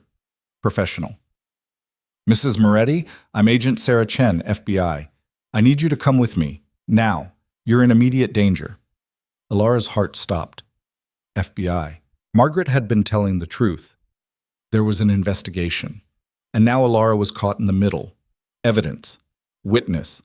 Target. The agent stepped out, held up credentials. They looked real. But Elara had seen enough movies to know credentials could be faked. Mrs. Moretti, please. We have reason to believe there's a hit out on you. Multiple parties want you silenced before you can testify. Testify about what? I don't know anything. You know enough. And that's the problem. Chen moved closer. Please, come with me. We'll keep you safe, get you into protection, but we need to move now. Behind her, another car pulled up. The black sedan Marcus had mentioned. The driver got out. Young, professional. Mrs. Moretti, I'm Thomas. Mr. Moretti sent me to out. Step back, Chen ordered. Her hand moved to her hip, to a gun. Thomas froze. I'm just trying to help. You're interfering with federal business. Back off, or I will arrest you. Thomas looked at Elara. Don't go with her, please. Mr. Moretti said. I don't care what Mr. Moretti said. Chen took Elara's arm, firm. You're coming with me. Let go. Elara tried to pull away. Mrs. Moretti, I can't protect you if you fight me. I said let go. A third car screeched around the corner. Black SUV, windows down. Elara saw the gun barrel before she heard the first shot. Glass exploded. Chen shoved Elara to the ground. Thomas dove behind his car. People on the sidewalk screamed, ran, chaos erupting in seconds. More shots. Chen fired back. The SUV sped past, tires squealing.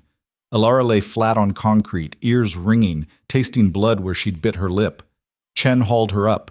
Move, now! They ran. Thomas was shouting something. Chen dragged Elara toward her car, shoved her in the back seat, peeled out before the door was even closed. Elara twisted around, saw Thomas on his phone, probably calling Dante, saw people emerging from cover, saw the SUV disappearing. What the hell was that? Her voice shook. Exactly what I warned you about. Chen's eyes met hers in the rearview mirror. Cold, professional. Welcome to the war, Mrs. Moretti. Welcome to the war, Mrs. Moretti. Hope you survive it. The car screamed through traffic. Chen drove like she'd done this 1,000 times, cutting lanes, running lights, checking mirrors every 3 seconds. Elara braced against the door, tasting copper and adrenaline. Who were they? Her voice came out raw. Could be anyone. Kane's people. The Russos. Someone Dante pissed off last week. Chen's eyes never left the road. You painted a target on yourself the second you started asking questions. I didn't ask for this. You married into it. Chen swerved around a bus. Difference is, most mob wives know what they're signing up for. You walked in blind. Elara's phone vibrated. Dante. 18th call. She stared at it. Don't answer that, Chen snapped. Your phone's how they tracked you. How did you?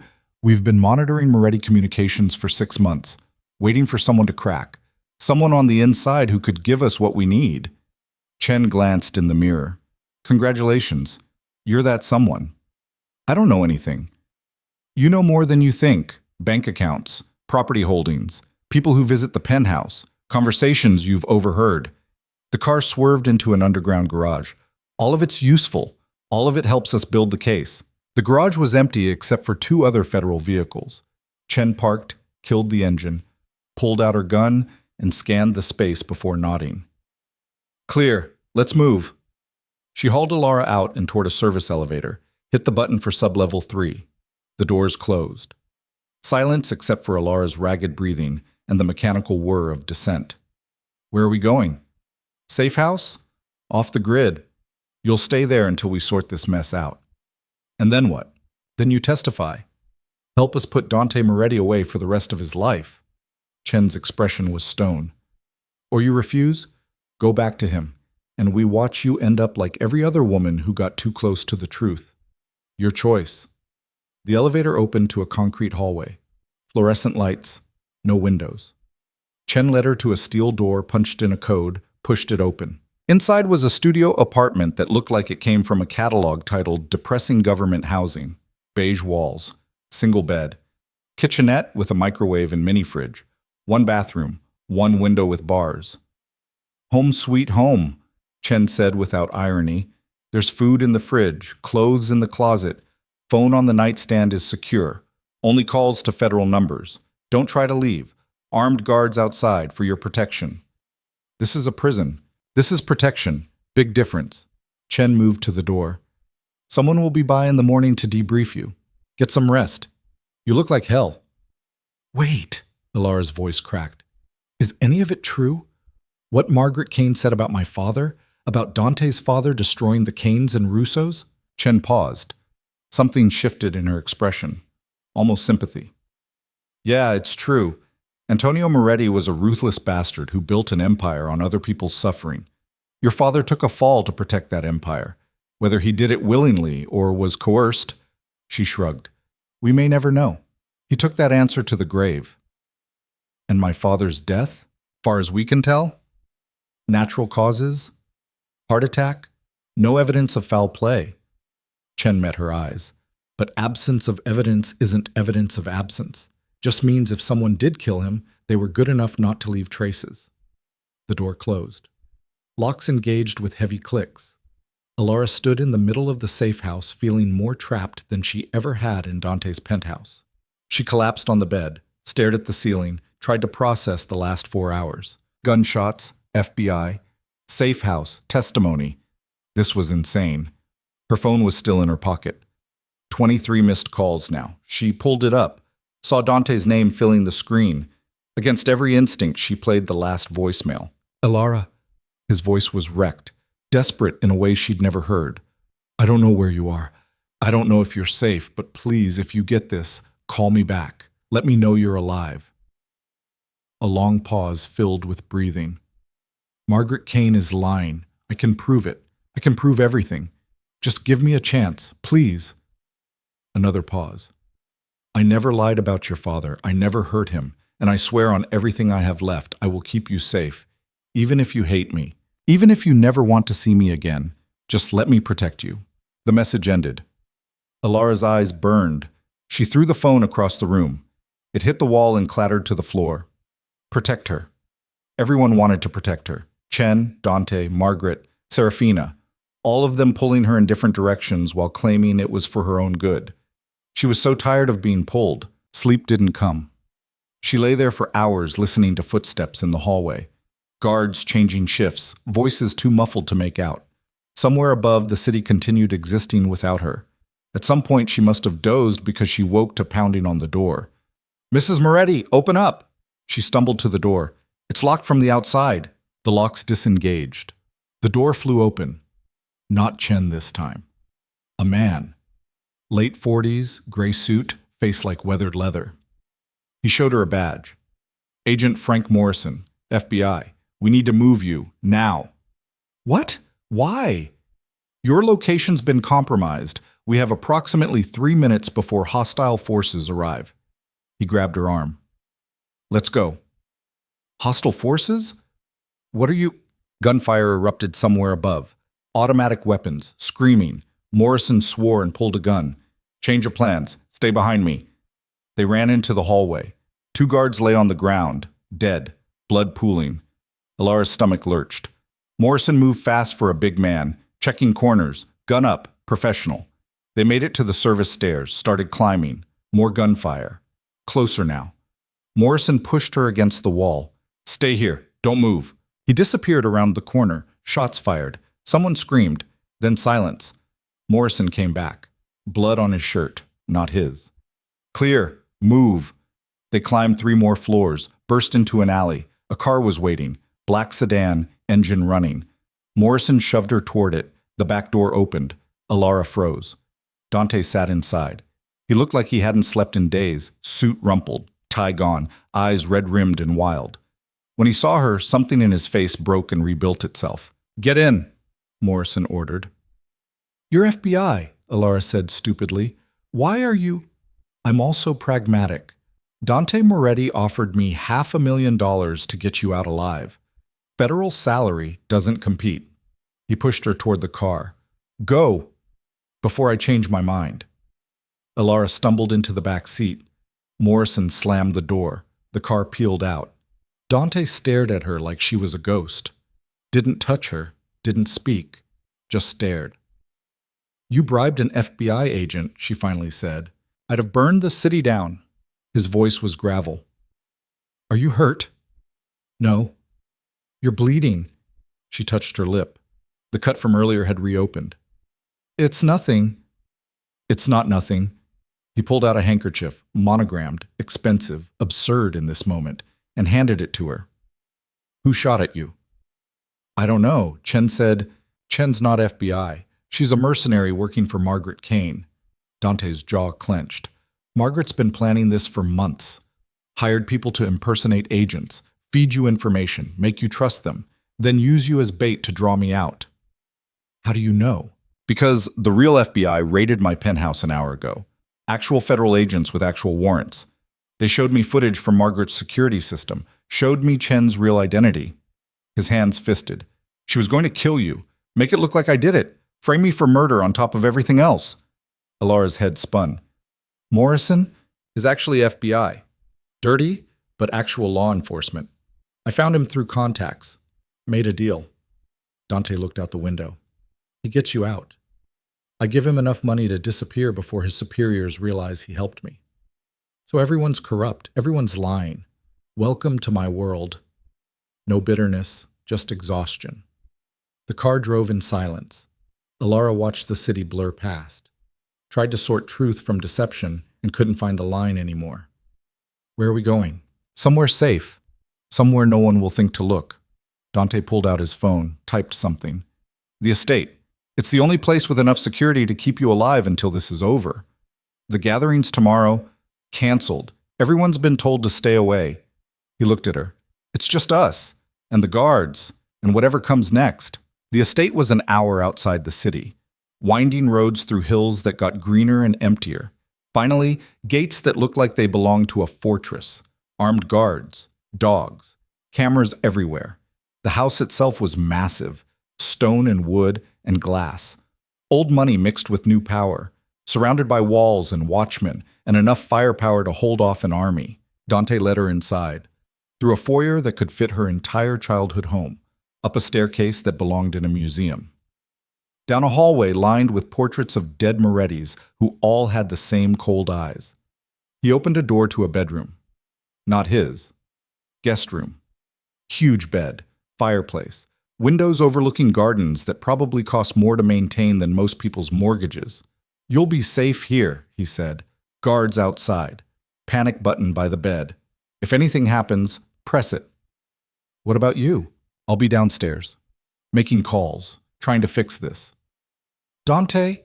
She caught his arm before he could leave, felt the tension in his muscles, the exhaustion.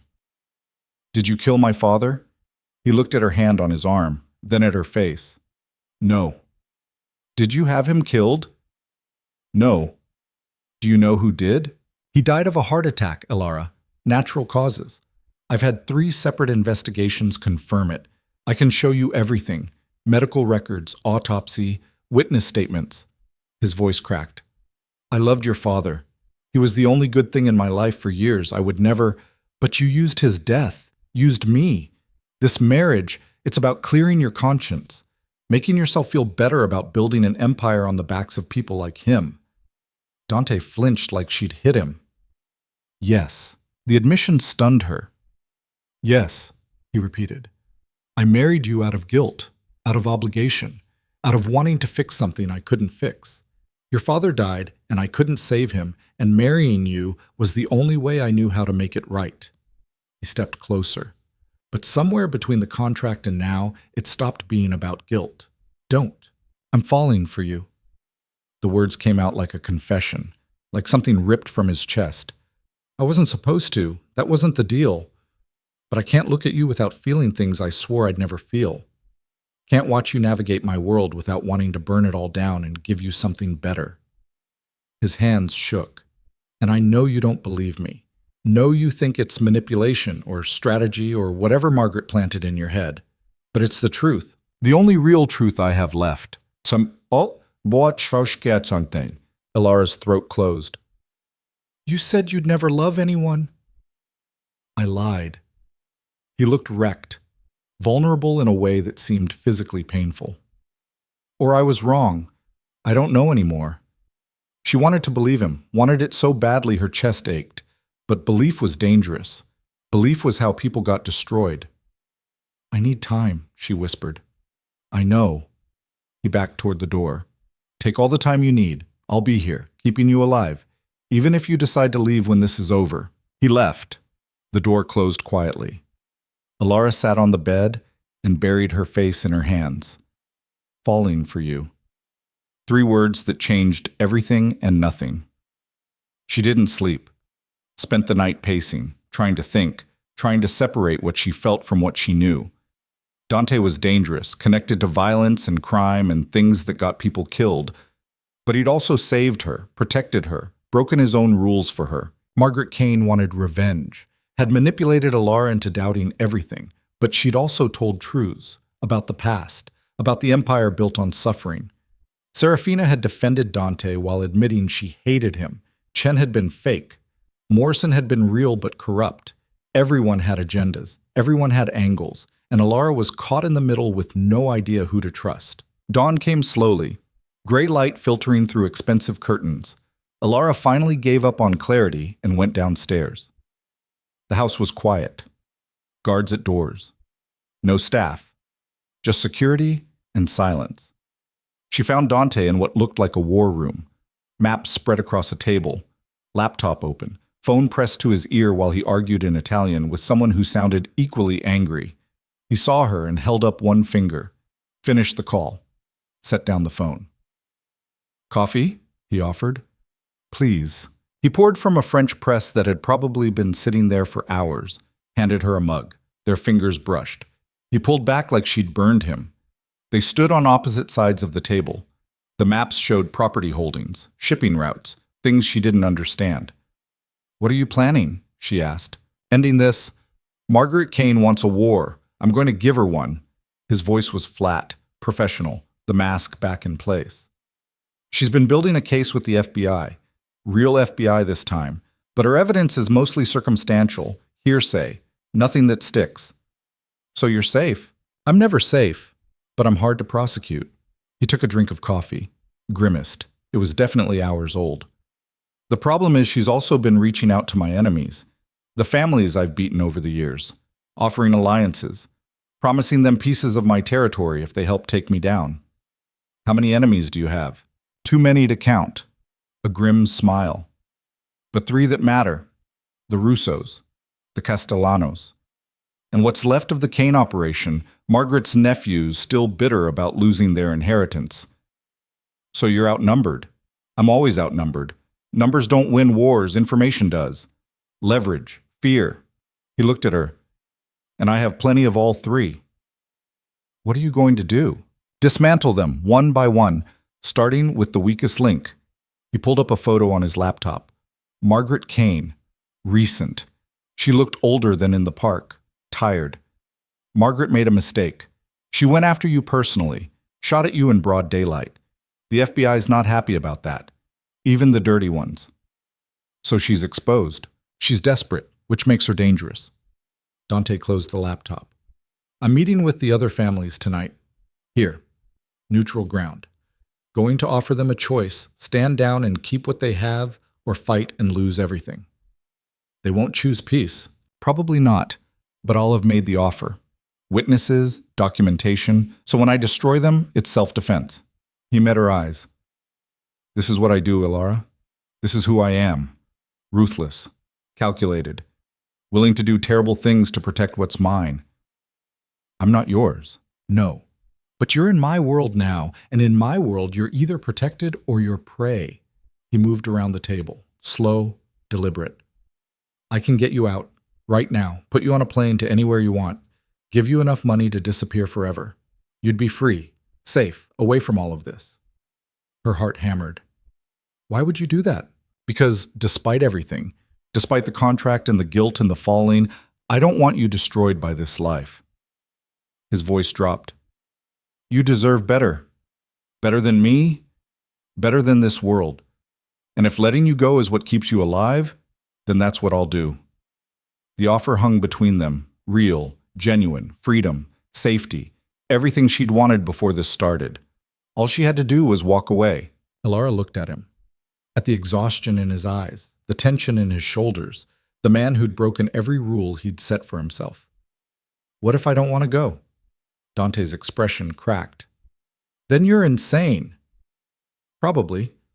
She set down her coffee. But I'm also tired of running. Tired of letting other people decide what's best for me. My father, you, Margaret, the FBI. She stepped closer. You want to end this? Fine. But I'm staying. I'm seeing it through. Elara, you said I was yours to protect. That means I have a say. She held his gaze. So protect me. But don't send me away. For a long moment, he just stared at her. Then something in him shifted. Decision made. Okay. Okay? You stay. But you follow my lead. Do what I say when I say it. No arguments, no hesitation. His voice went hard. Because tonight, when those families get here, when Margaret makes her move, and she will make a move, it's going to get ugly. People will die. Blood will spill. And you need to be ready for that. I'm ready. You're not, but you will be. He pulled out his phone, made a call. Marco, she's staying. Get her prepared. Within an hour, Marco Castellano arrived with two women Elara didn't recognize. They brought clothes, not gowns, tactical gear. Bulletproof vests disguised as evening wear, shoes she could run in, earpiece, panic button disguised as jewelry. You're going to a war council, Marco explained while the women worked. Russo, Castellano, Kane representatives, all sitting down to negotiate with Dante. You'll be there. Visible. Proof that Dante's stable. Committed. Not spiraling. I'm proof? You're his wife. That means legitimacy. Power. Marco studied her. But you're also a target. Everyone in that room will be measuring you, deciding if you're useful or disposable. You need to show strength. How? By not flinching. By standing beside him like you belong there. By making them believe you're as dangerous as he is. Marco smiled without warmth. Fake it if you have to. Just don't break. The women finished, stepped back. Elara looked in the mirror. She looked like someone else. Someone harder. Someone who could survive in rooms full of wolves. Good, Marco said. Now let's pray you don't have to use any of this. The families arrived at sunset, cars rolling through gates, armed guards, everyone scanning everyone else for threats. The Russos came first. Serafina's father, Victor Russo, named after Margaret's dead husband, old alliances trying to resurrect themselves. He was 60, silver-haired, moves like a man who'd killed people and slept fine afterward. Serafina walked beside him. She saw Elara, and something flickered in her eyes. Warning, maybe. Or pity. The Castellanos arrived next. Marco and his brother Antonio, cold, professional, calculating every angle. And finally, the Canes. Not Margaret herself, too smart for that, but her nephews, Derek and Michael, late 30s wearing suits that didn't quite fit. Hungry, desperate to reclaim what they thought was stolen. They gathered in the estate's main hall, a room designed for this. Long table, high ceilings, portraits of dead Morettis watching from the walls. Dante stood at the head, Elara beside him. United front. The others sat, waited. "Thank you for coming," Dante began. Voice calm, controlled. "We're here because Margaret Kane has been attempting to orchestrate a war between our families, using lies, manipulation, false evidence. I'm offering you all one chance to step back before this escalates beyond repair." Victor Russo laughed, actually laughed. "You think we're children, Moretti? Scared of your threats?" "I think you're businessmen who understand profit and loss." Dante's gaze didn't waver. "War costs money, lives, territory. Even if you win, you lose. I'm offering you peace, status quo maintained. Everyone keeps what they have. And you keep your empire," Derek Kane spat, "built on our backs, our family's blood. Your family's lost because they made poor choices. That's not my fault." "The hell it's not!" Derek stood. His brother grabbed his arm. "Your father destroyed us, systematically, using our uncle as a scapegoat while he—" "My father's been dead for 8 years," Dante interrupted. "Whatever he did or didn't do is history. This is about now, about choosing war or peace." "Easy choice," Michael Caine smiled. "Dangerous. War." The room exploded. Not with gunfire, with accusations, demands, old grievances spilling like poison. Victor Russo listing every territory Dante's father had taken, Marco Castellano bringing up betrayals from a decade ago, the Kane brothers screaming about justice, and Dante standing calm in the center of the storm, waiting for them to exhaust themselves. Elara's heart hammered. Her hand found the panic button disguised as a bracelet. Ready. "Enough!" Dante's voice cut through. Not loud, but absolute. "You want war? Fine. But understand what that means. I have files on every one of you. Every illegal deal. Every body buried. Every law broken. I go down. I take you all with me." "Mutually assured destruction," Victor said. "Classic. Effective." Dante pulled out a tablet, slid it across the table. "That's just a sample. Tax evasion, racketeering, murder for hire. All documented.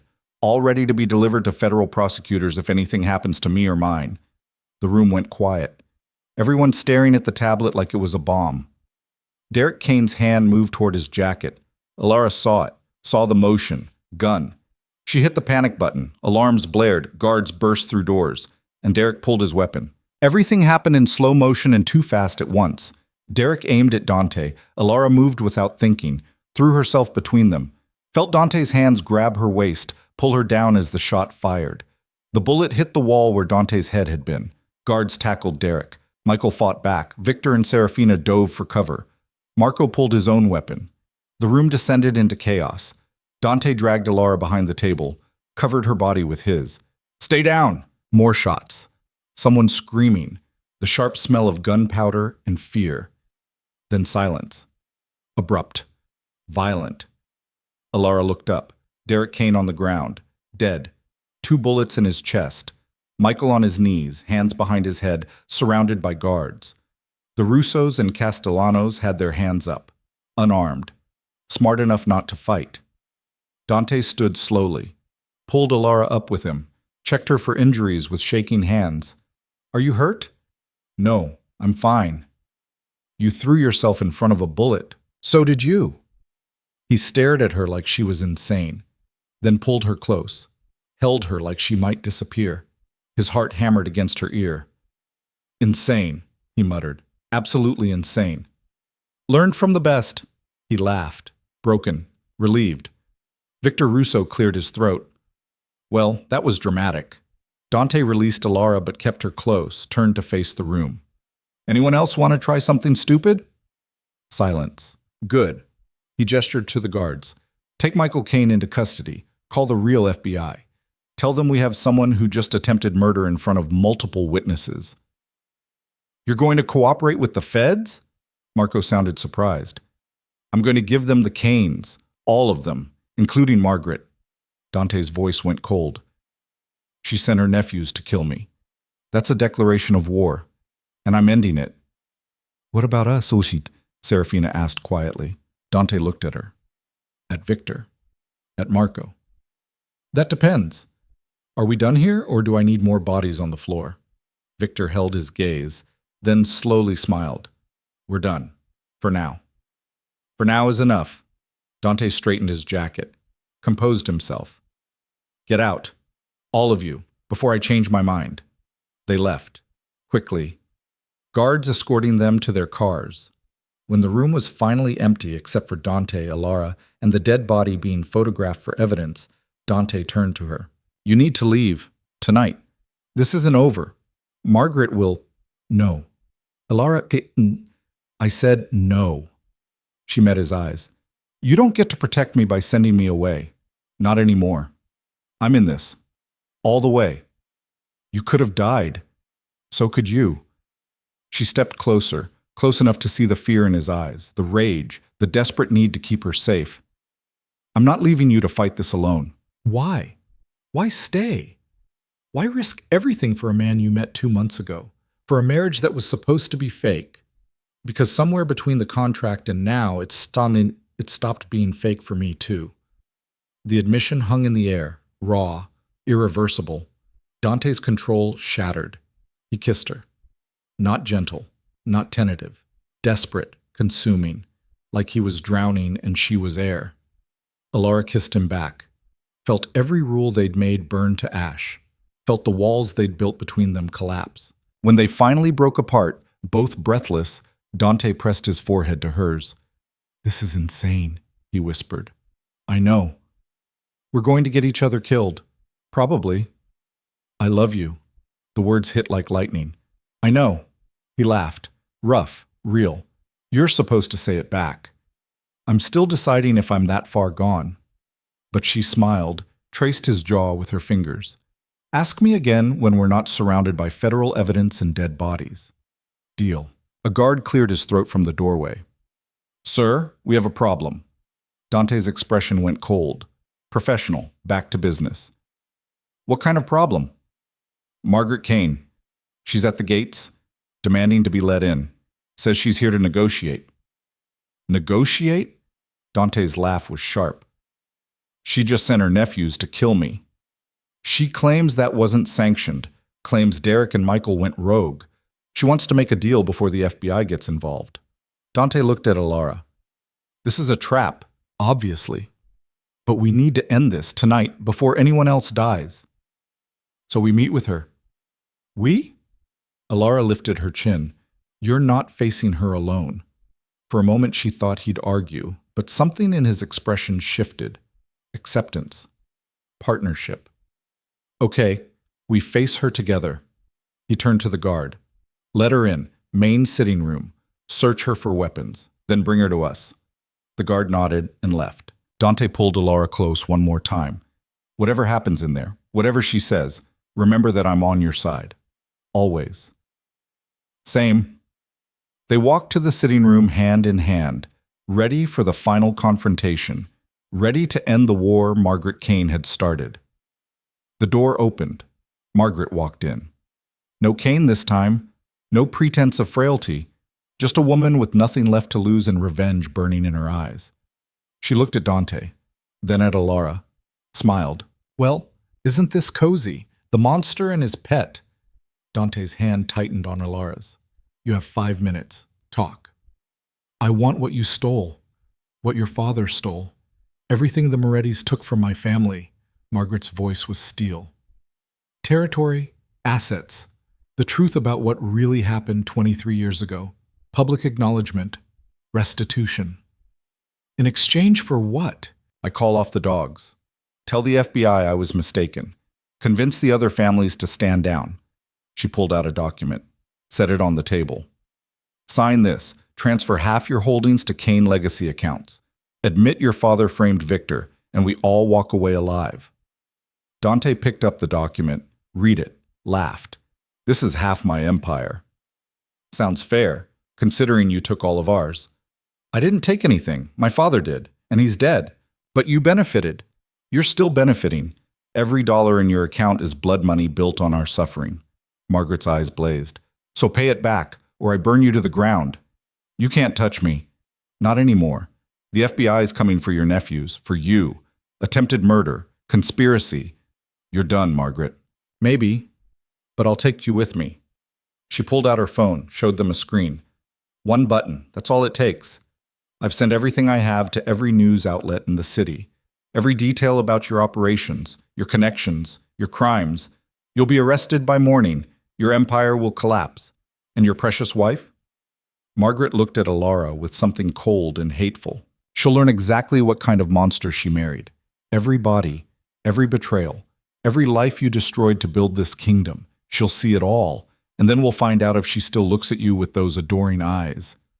The threat hung in the air, toxic, final. Dante's face was stone, but his hand shook in Elara's. This was the choice. Give up everything he'd built or watch it burn. Save his empire or save his soul. Elara looked at Margaret, at the woman who'd lost everything and decided to take everyone down with her, then at Dante, at the man who'd broken every rule for her. And she made her decision. Do it, Elara said. Both of them stared at her. Press the button, Elara continued. Send the files. Let the world see what Dante is, what he's done. Let them judge. She stepped forward. Because I already know, and I'm still here. Margaret's expression flickered. You're bluffing. I'm not. You think showing me Dante's crimes will make me leave? You think I don't know what I married into? Elara's voice was steady, strong. I've seen the files, know the truth, and I chose him anyway. Not because I'm stupid or desperate or manipulated, because he's the only person in this whole mess who's been honest about what he is. She turned to Dante. You're ruthless, dangerous. You've done terrible things, but you've also tried to be better. For me, for my father's memory. That matters. Back to Margaret. So push your button, burn it all down, but you won't destroy him, and you won't get your revenge. You'll just prove that grief turned you into exactly what you hated. Margaret's hand trembled on the phone, fury and pain and defeat warring on her face. You don't understand, she whispered. They took everything. My husband, my sons, my entire life. Someone has to pay. My father paid. Elara's voice broke slightly. He took the fall, went to prison, lost 3 years of his life protecting an empire that destroyed you, and then he died, broken, alone. So believe me, I understand loss. Then how can you stand beside him? Because holding on to hate will kill you faster than they ever could. Elara met her eyes. Let it go, Margaret, please, before you lose what's left of yourself. For a long moment, Margaret just stood there, phone in hand, finger hovering over the button. Then slowly, she lowered it. I can't. Her voice was barely audible. I can't let it go, even if you're right, even if it destroys me. She looked at Dante. But I won't press this button, not because you deserve mercy, but because she does. Margaret walked to the door, paused. The FBI will still come for you. The other families will still want blood. This isn't over. I know, Dante said quietly, but tonight I'm done. She left. The door clicked shut. Silence filled the room. Elara's legs gave out. Dante caught her, held her as delayed shock hit, and she started shaking. It's okay, he murmured. It's over. You're safe. What happens now? Now we deal with the FBI, clean up the mess, start rebuilding. He pulled back to look at her, and we figure out what we actually are, beyond the contract, beyond the arrangement. What do you want us to be? Real, he said simply. Messy and complicated and real. Elara kissed him, soft, brief, a promise. Okay, real. Outside, sirens approached. Federal vehicles. Real ones this time. Coming for statements. For Michael Caine. For the evidence of attempted murder. Coming for the truth. Dante took Elara's hand. Ready? She looked at the man she'd married, the monster who'd tried to be better, the king learning to kneel. Ready. They walked out together to face whatever came next. Partners. Equals. Something new built from the ashes of lies. And somewhere in the night, Margaret Kane drove away from the estate, phone still in her hand, evidence still unsent, choosing mercy she didn't believe in for a girl who reminded her of every daughter she'd never had. The war wasn't over, but tonight, nobody else had to. The FBI arrived in waves, black SUVs with federal plates, agents in windbreakers that said things like Organized Crime Task Force across the back. They came with warrants and recording equipment and the kind of professional efficiency that came from years of taking down people exactly like Dante Moretti. Elara watched from the estate's main windows as they flooded the grounds. Counted at least 30 agents, maybe more. All armed, all looking like they'd finally caught the prize they'd been chasing for years. Dante stood beside her, phone pressed to his ear, speaking to lawyers in that clipped tone that meant he was holding back fury. When he hung up, his jaw was so tight she could see the muscle twitching. They have warrants for financial records, property searches, communications logs.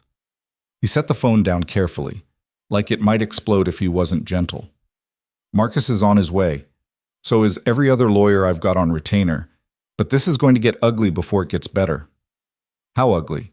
Depends on what they find, what they can prove. He turned to look at her. You should leave, now, before they start questioning everyone in the house, before your name gets attached to this in ways that can't be undone. We already had this conversation. I'm staying. Elara, I'm staying. She met his eyes. Whatever happens, we face it together. That's what real means, right? Something in his expression cracked. Relief, maybe. Or gratitude. He pulled her close, pressed his lips to her forehead.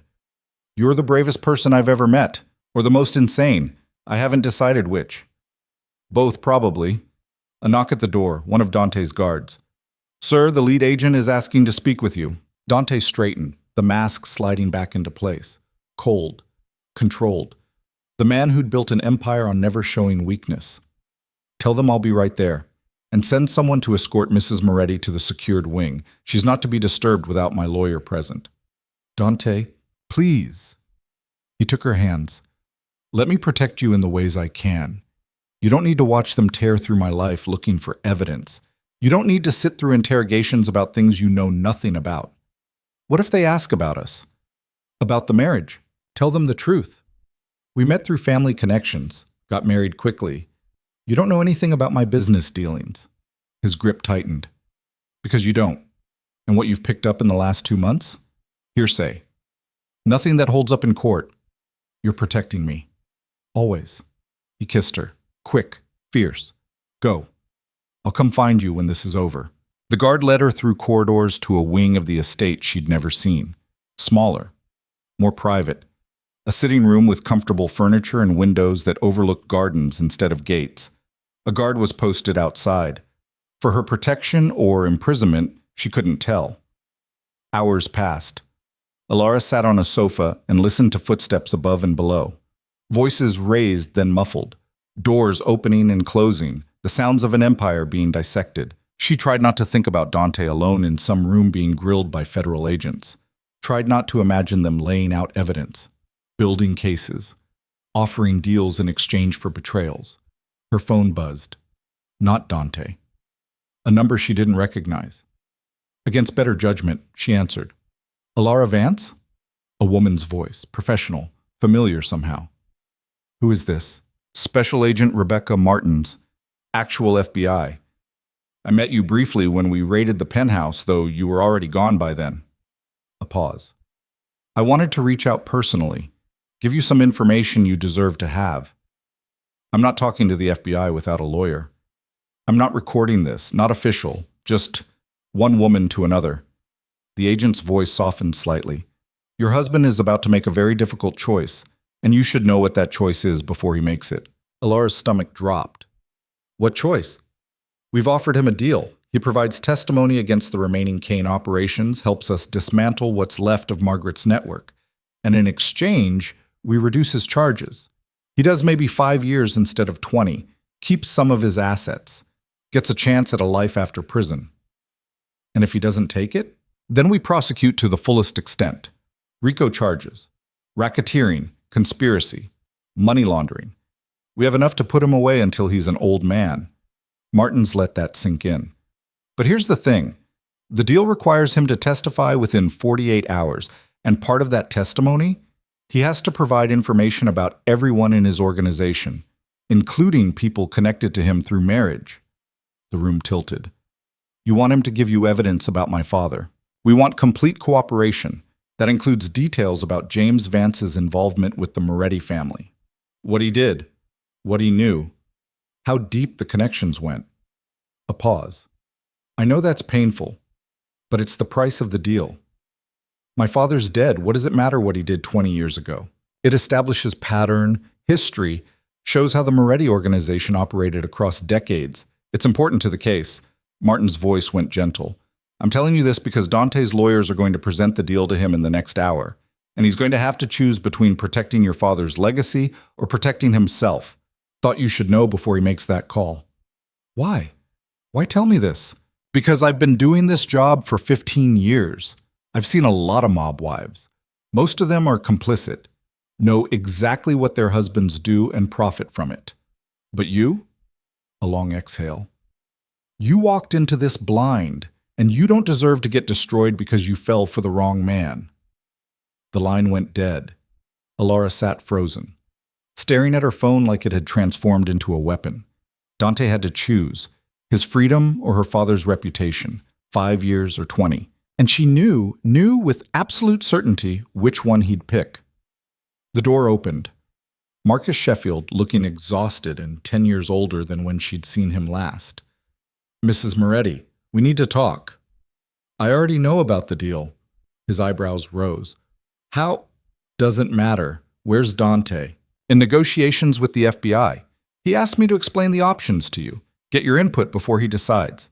Marcus sat across from her, pulled out documents. The deal is straightforward, full cooperation, testimony. In exchange, reduced sentence, but the cooperation requirement is extensive. They want everything, including information about your father's role in the organization. What exactly do they want to know? Everything. The jobs he did, the people he worked with, the money he moved, the problems he solved. Marcus's expression was carefully neutral. It won't just damage his reputation. It could open him up to posthumous prosecution. Civil suits from families who claim he harmed them. Your father's name would be dragged through every newspaper in the city. He took a fall once already, protected these people. They're going to make him the villain all over again. Essentially, yes. Elara's hands fisted. And if Dante refuses? If he doesn't give them my father?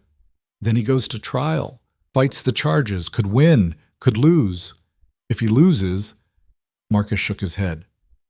20 years minimum, maybe more. But my father's name stays clean, for whatever that's worth. Marcus leaned forward. Mrs. Moretti, I need you to understand something. Dante's going to refuse the deal. He's already made up his mind. He won't destroy your father's reputation to save himself. He'd rather go to prison. The words hit like a physical blow. You're lying. I'm not.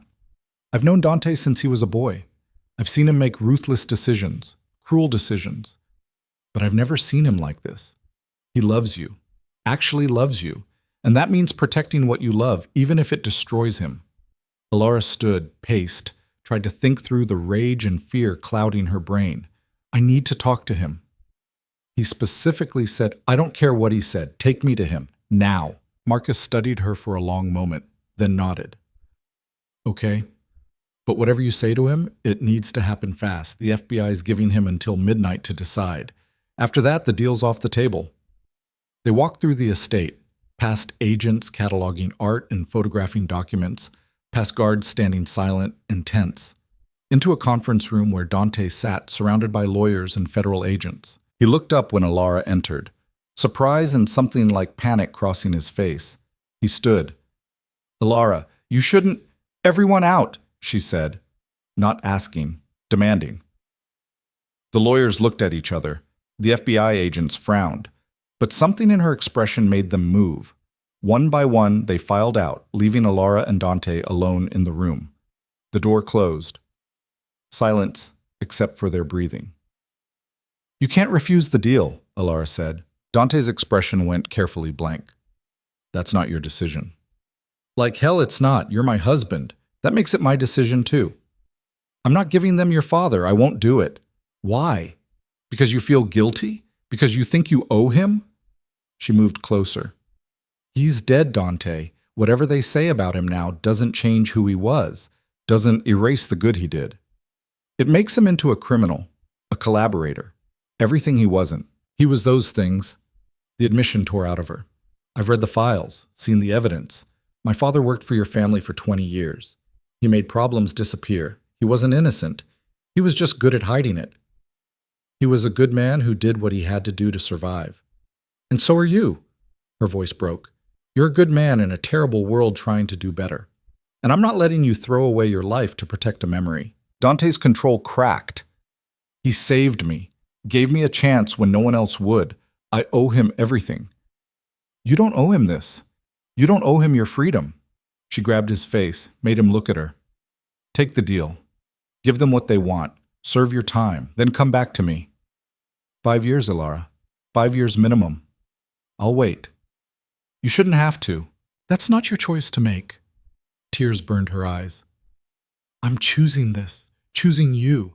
Choosing a future where you're alive and free instead of rotting in prison for decades because you're too stubborn to save yourself. If I give them your father, you'll hate me. If you don't take this deal, I'll hate myself. She pressed her forehead to his.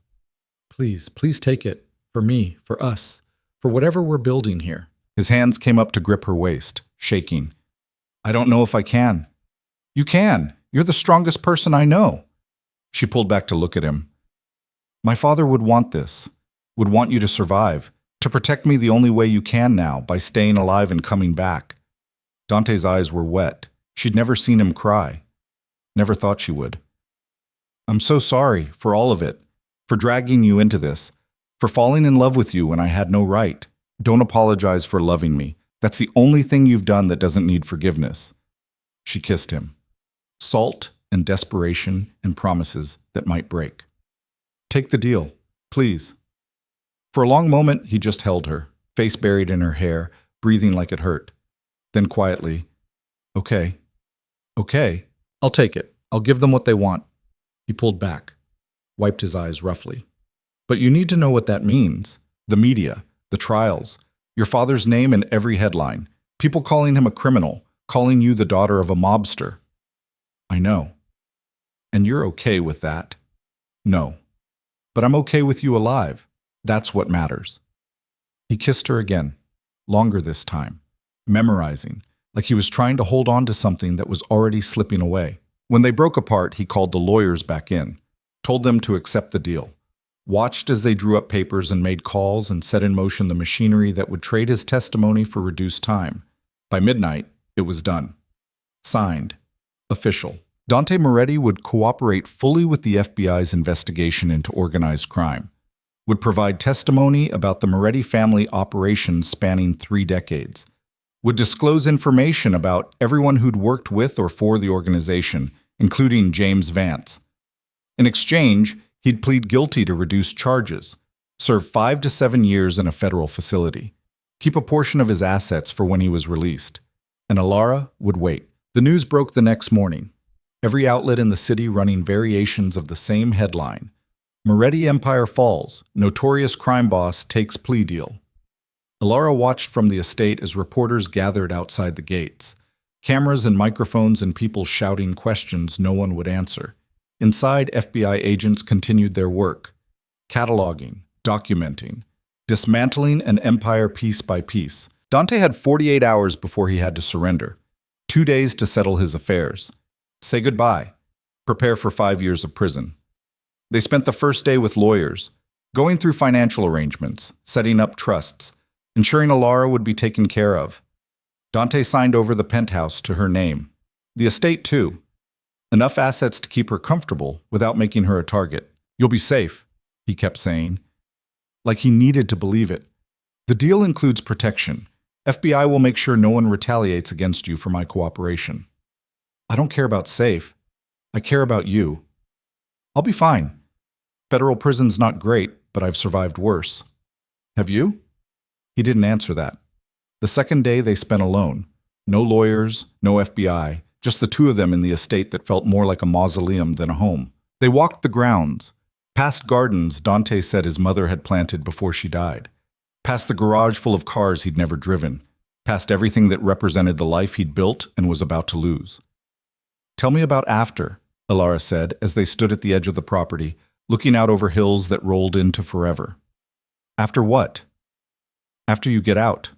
What do you want? Dante was quiet for a long time. I don't know. I've spent my whole life building this empire, maintaining power, playing the game. I don't know who I am without it. You're the man who saved me from drowning in debt, who married me when I had nothing to offer, who broke every rule for someone he barely knew. She took his hand. That's who you are. And that's who I'll be waiting for. You might not recognize me when I get out. Prison changes people. So does love. We'll figure it out together. He pulled her close, held her like the world was ending. Maybe it was. That night they broke the final rule. No intimacy had been the agreement, no physical relationship. But rules meant nothing anymore. Not when tomorrow he'd be gone. They made love in the master bedroom, in the massive bed that had probably seen generations of Morettis, but had never seen anything like this. Desperate and tender and real in ways that burned away every lie they'd told themselves about what this marriage was. Afterward, lying tangled in sheets that cost more than most people's rent, Elara traced the scars on his chest. Bullet wounds. Knife fights. A whole history written in violence on his skin. Tell me a secret, she whispered. Something no one else knows. Dante's fingers played with her hair. When I was 17 and your father saved me, I was trying to get myself killed. On purpose. I'd just watched my father murder someone in cold blood. Watched him smile while he did it. And I realized that's what I was going to become. So I picked a fight with people I couldn't beat. Hoped they'd finish it. But my father stopped them. He stopped them, took me to his workshop, patched me up. And while he worked, he told me about you. About his daughter, who was smart and stubborn and going to do something better than we ever did. He said, I'm keeping you alive because the world needs fewer men like my boss and more men who fight to be different. Dante's voice roughed. I've been trying to be different ever since. Failing mostly, but trying. Elara's throat tightened. He saw something in you worth saving. Maybe, or maybe he just couldn't walk past someone dying. Dante turned to look at her. What about you? Tell me a secret. I'm terrified. The admission spilled out. Terrified of you leaving. Terrified of 5 years alone.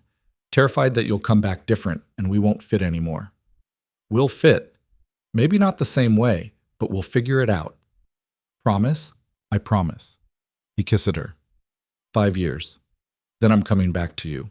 And we're going to build something new. Something clean. No empire, no power games, just us. Just us, she repeated, and tried to believe it. Morning came too soon.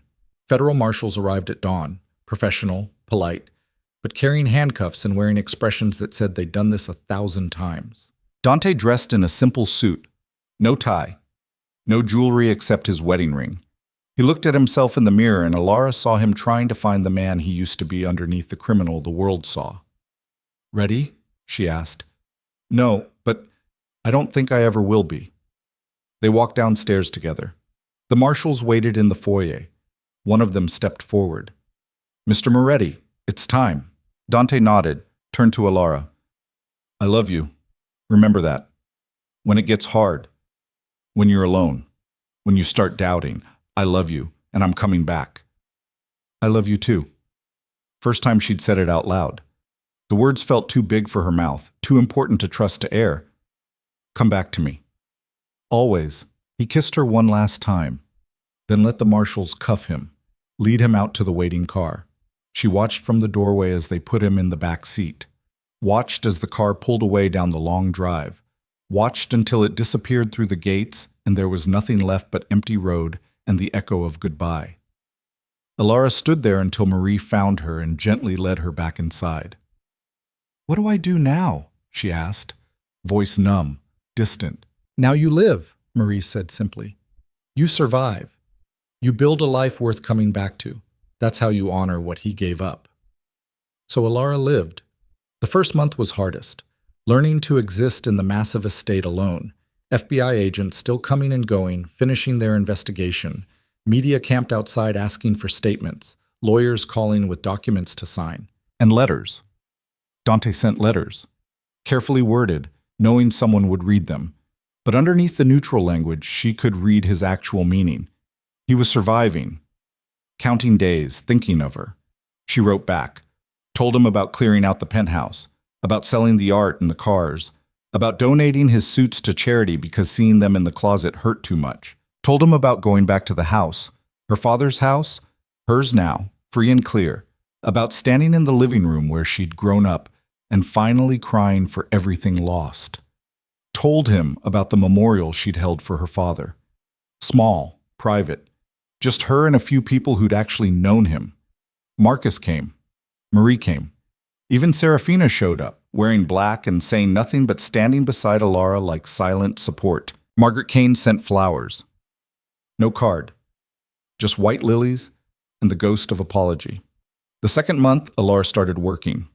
Real work. Not for the Moretti organization that was being systematically dismantled, assets seized or redistributed, but for a nonprofit that helped families of incarcerated people. She understood their pain now, the waiting, the guilt, the loneliness. She was good at it, helping people navigate a system designed to break them, found purpose in the wreckage. The third month, she visited Dante for the first time. Federal facility, 3 hours north. Concrete and wire and guards who searched her 3 times before letting her through. He looked different, thinner, hair shorter. But his eyes were the same when he saw her. Everything he couldn't say written in gray and silver. They had 30 minutes. Sat across from each other at a metal table with a guard watching. Couldn't touch, could barely talk without feeling like they were performing for surveillance. "You look good," he said, meaning you look alive and that's enough. "You look terrible," she replied, meaning I miss you so much it's killing me. 4 years and 8 months left, give or take. I'm counting too. They talked about nothing. Everything. The weather, the news, carefully avoiding anything that mattered because mattering meant breaking. When time was up, Elara stood. "See you next month." "I'll be here," a ghost of his smile. "Not like I'm going anywhere." She left.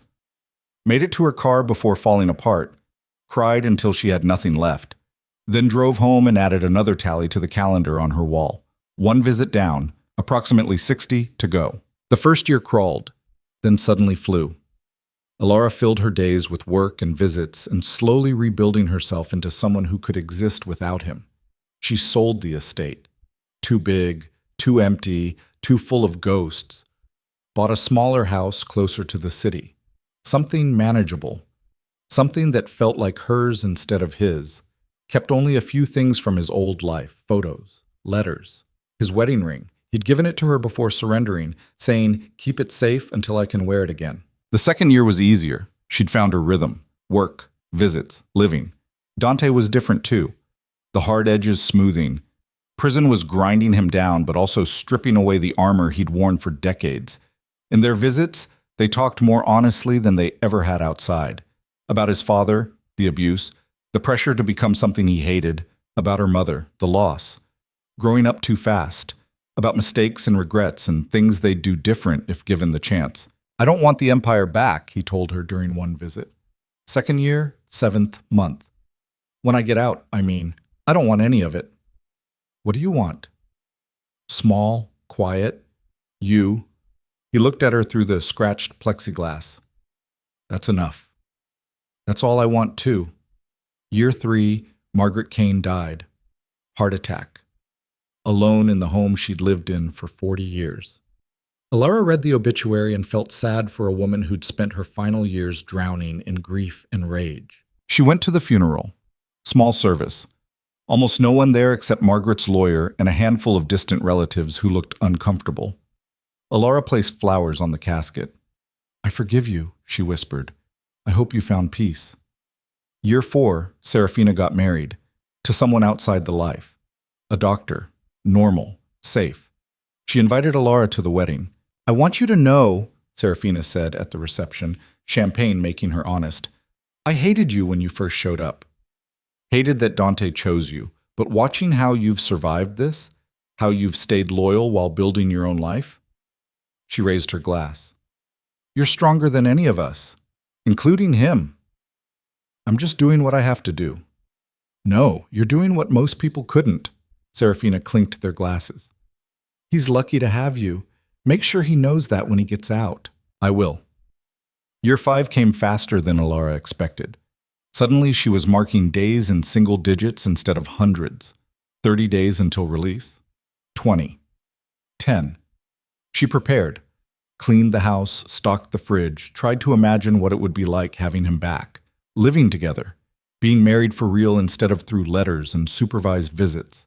The night before his release, she couldn't sleep.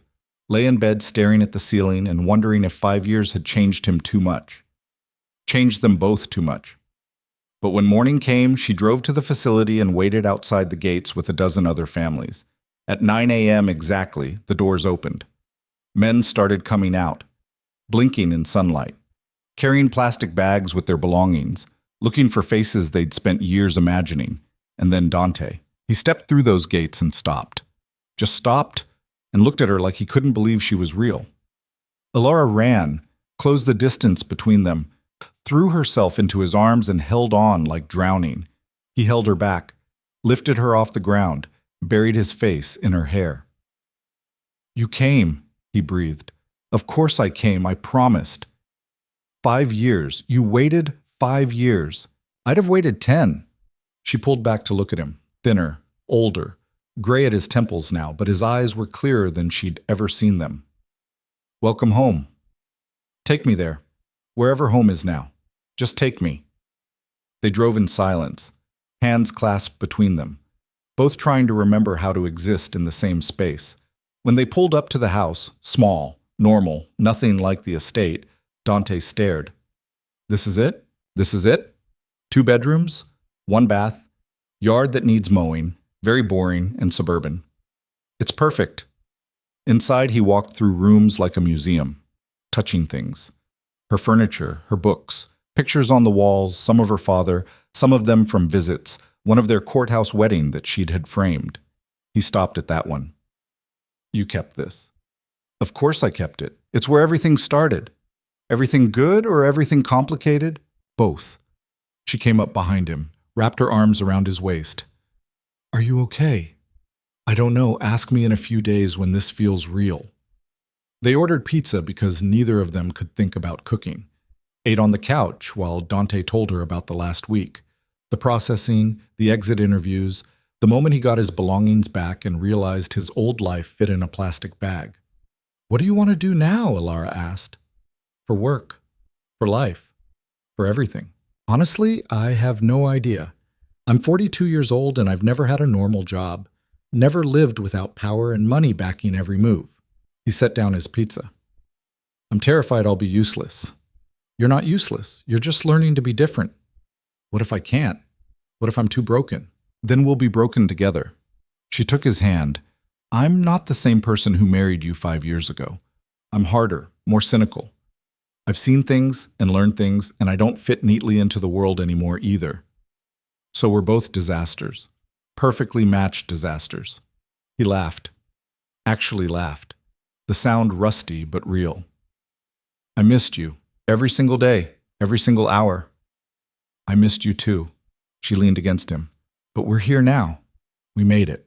We made it, he repeated, like testing the words. So what now? Now we figure out what normal looks like. Together. Normal, it turned out, was harder than either of them expected. Dante had nightmares. Would wake up gasping, disoriented, reaching for weapons that weren't there.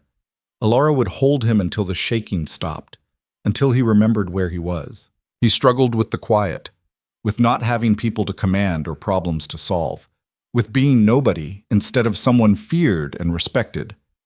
But slowly, he adjusted, found work with a construction company, using skills his father had taught him before everything went dark.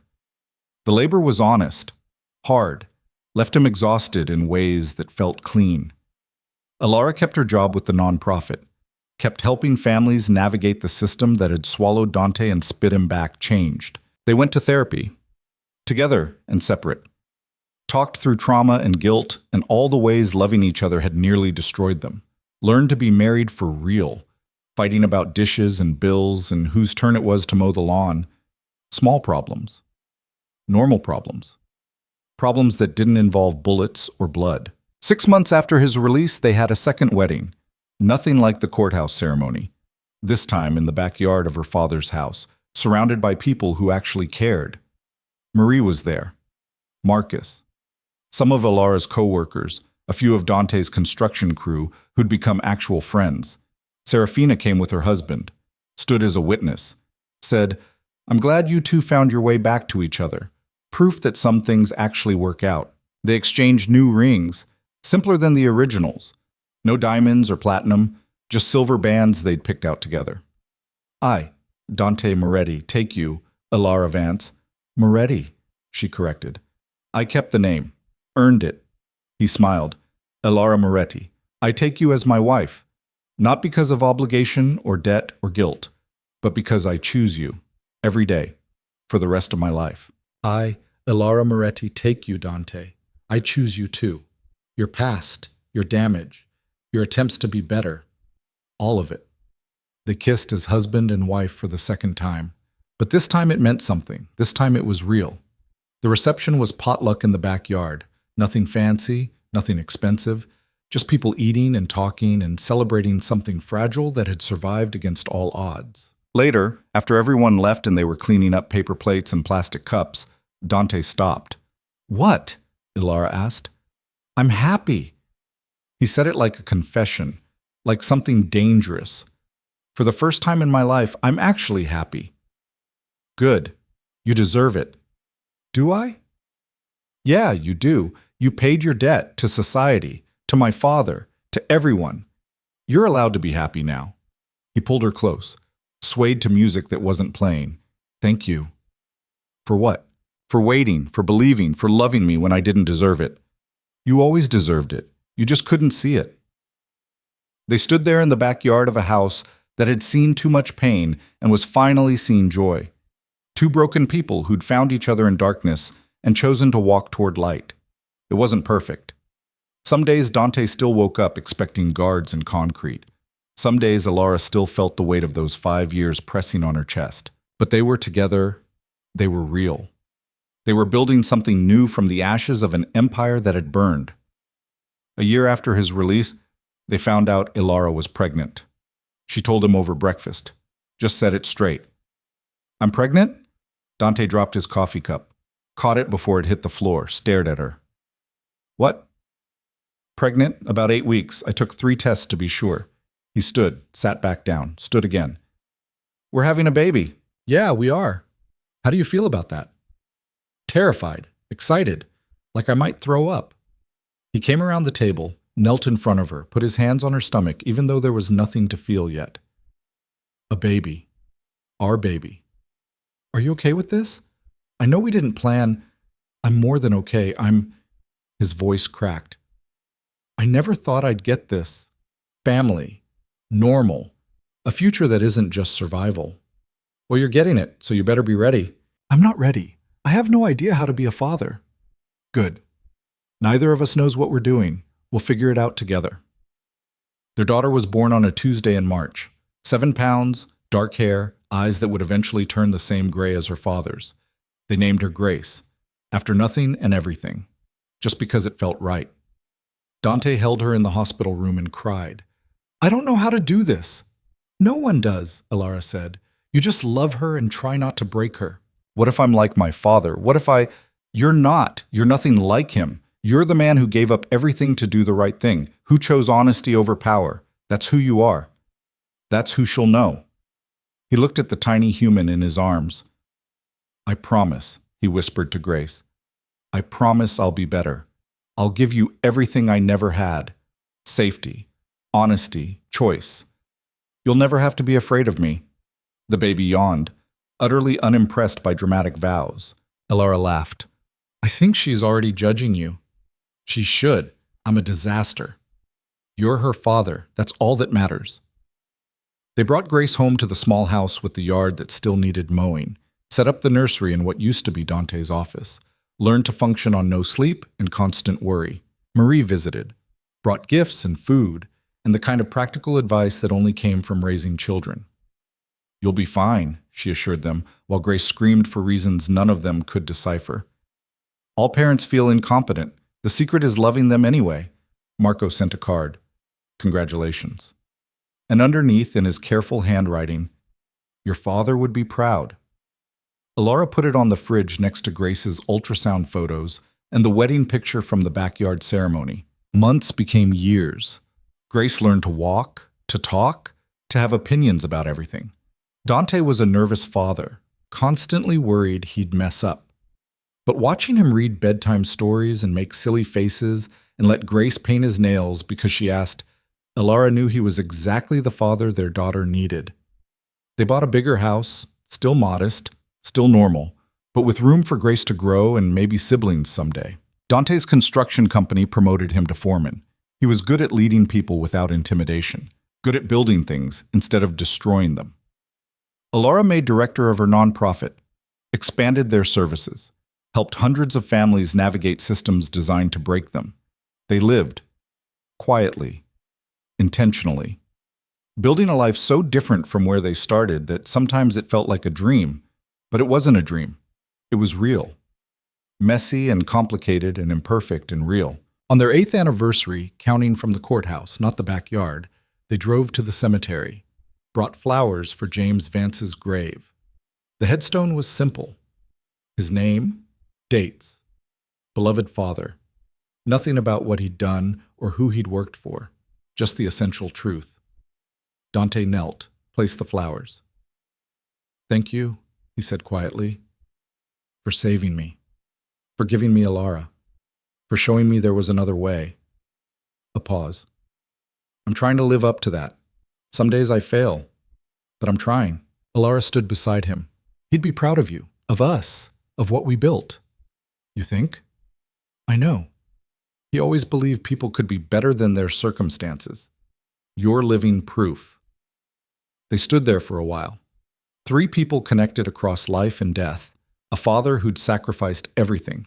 A man who'd learned to be more than his violence. A daughter who'd chosen love over safety. "Ready to go home?" Elara asked eventually. "Yeah." Dante stood, took her hand. "Let's go home." They drove back to their life. To Grace waiting with Marie. To dinner that needed cooking and laundry that needed folding and all the beautiful, boring details of normal. That night, after Grace was asleep and the house was quiet, Dante pulled out a box. Old, worn. Elara had never seen it before. "What's that?" "Something I kept from the old life. Only thing besides the wedding ring." He opened it. Inside was a letter, yellowed, creased from being folded and unfolded countless times. "From your father?" she asked. "From mine. He wrote it the night before he died. Heart attack in his sleep, like he knew." Dante pulled out the letter.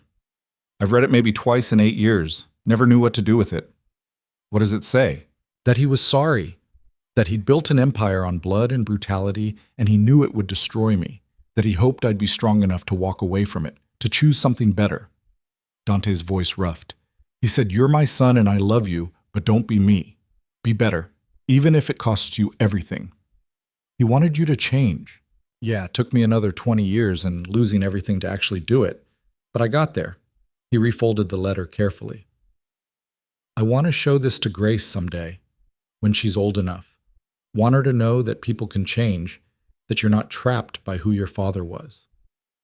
We'll tell her everything, who we were, what we did, how we found our way out. Think she'll understand? I think she'll love us anyway. That's what kids do." Dante put the letter away, turned to her. "I love you. I don't say it enough, but I do. You saved me in every way a person can be saved." "We saved each other." Elara kissed him. "That's how this works." They went to bed in their normal house, in their normal life. 2 people who'd survived war and prison and the weight of empires built on suffering. And somewhere in the darkness, in the space between sleeping and waking, Elara heard her father's voice one last time. Not real, just memory. just love echoing across the distance. You're stronger than you know.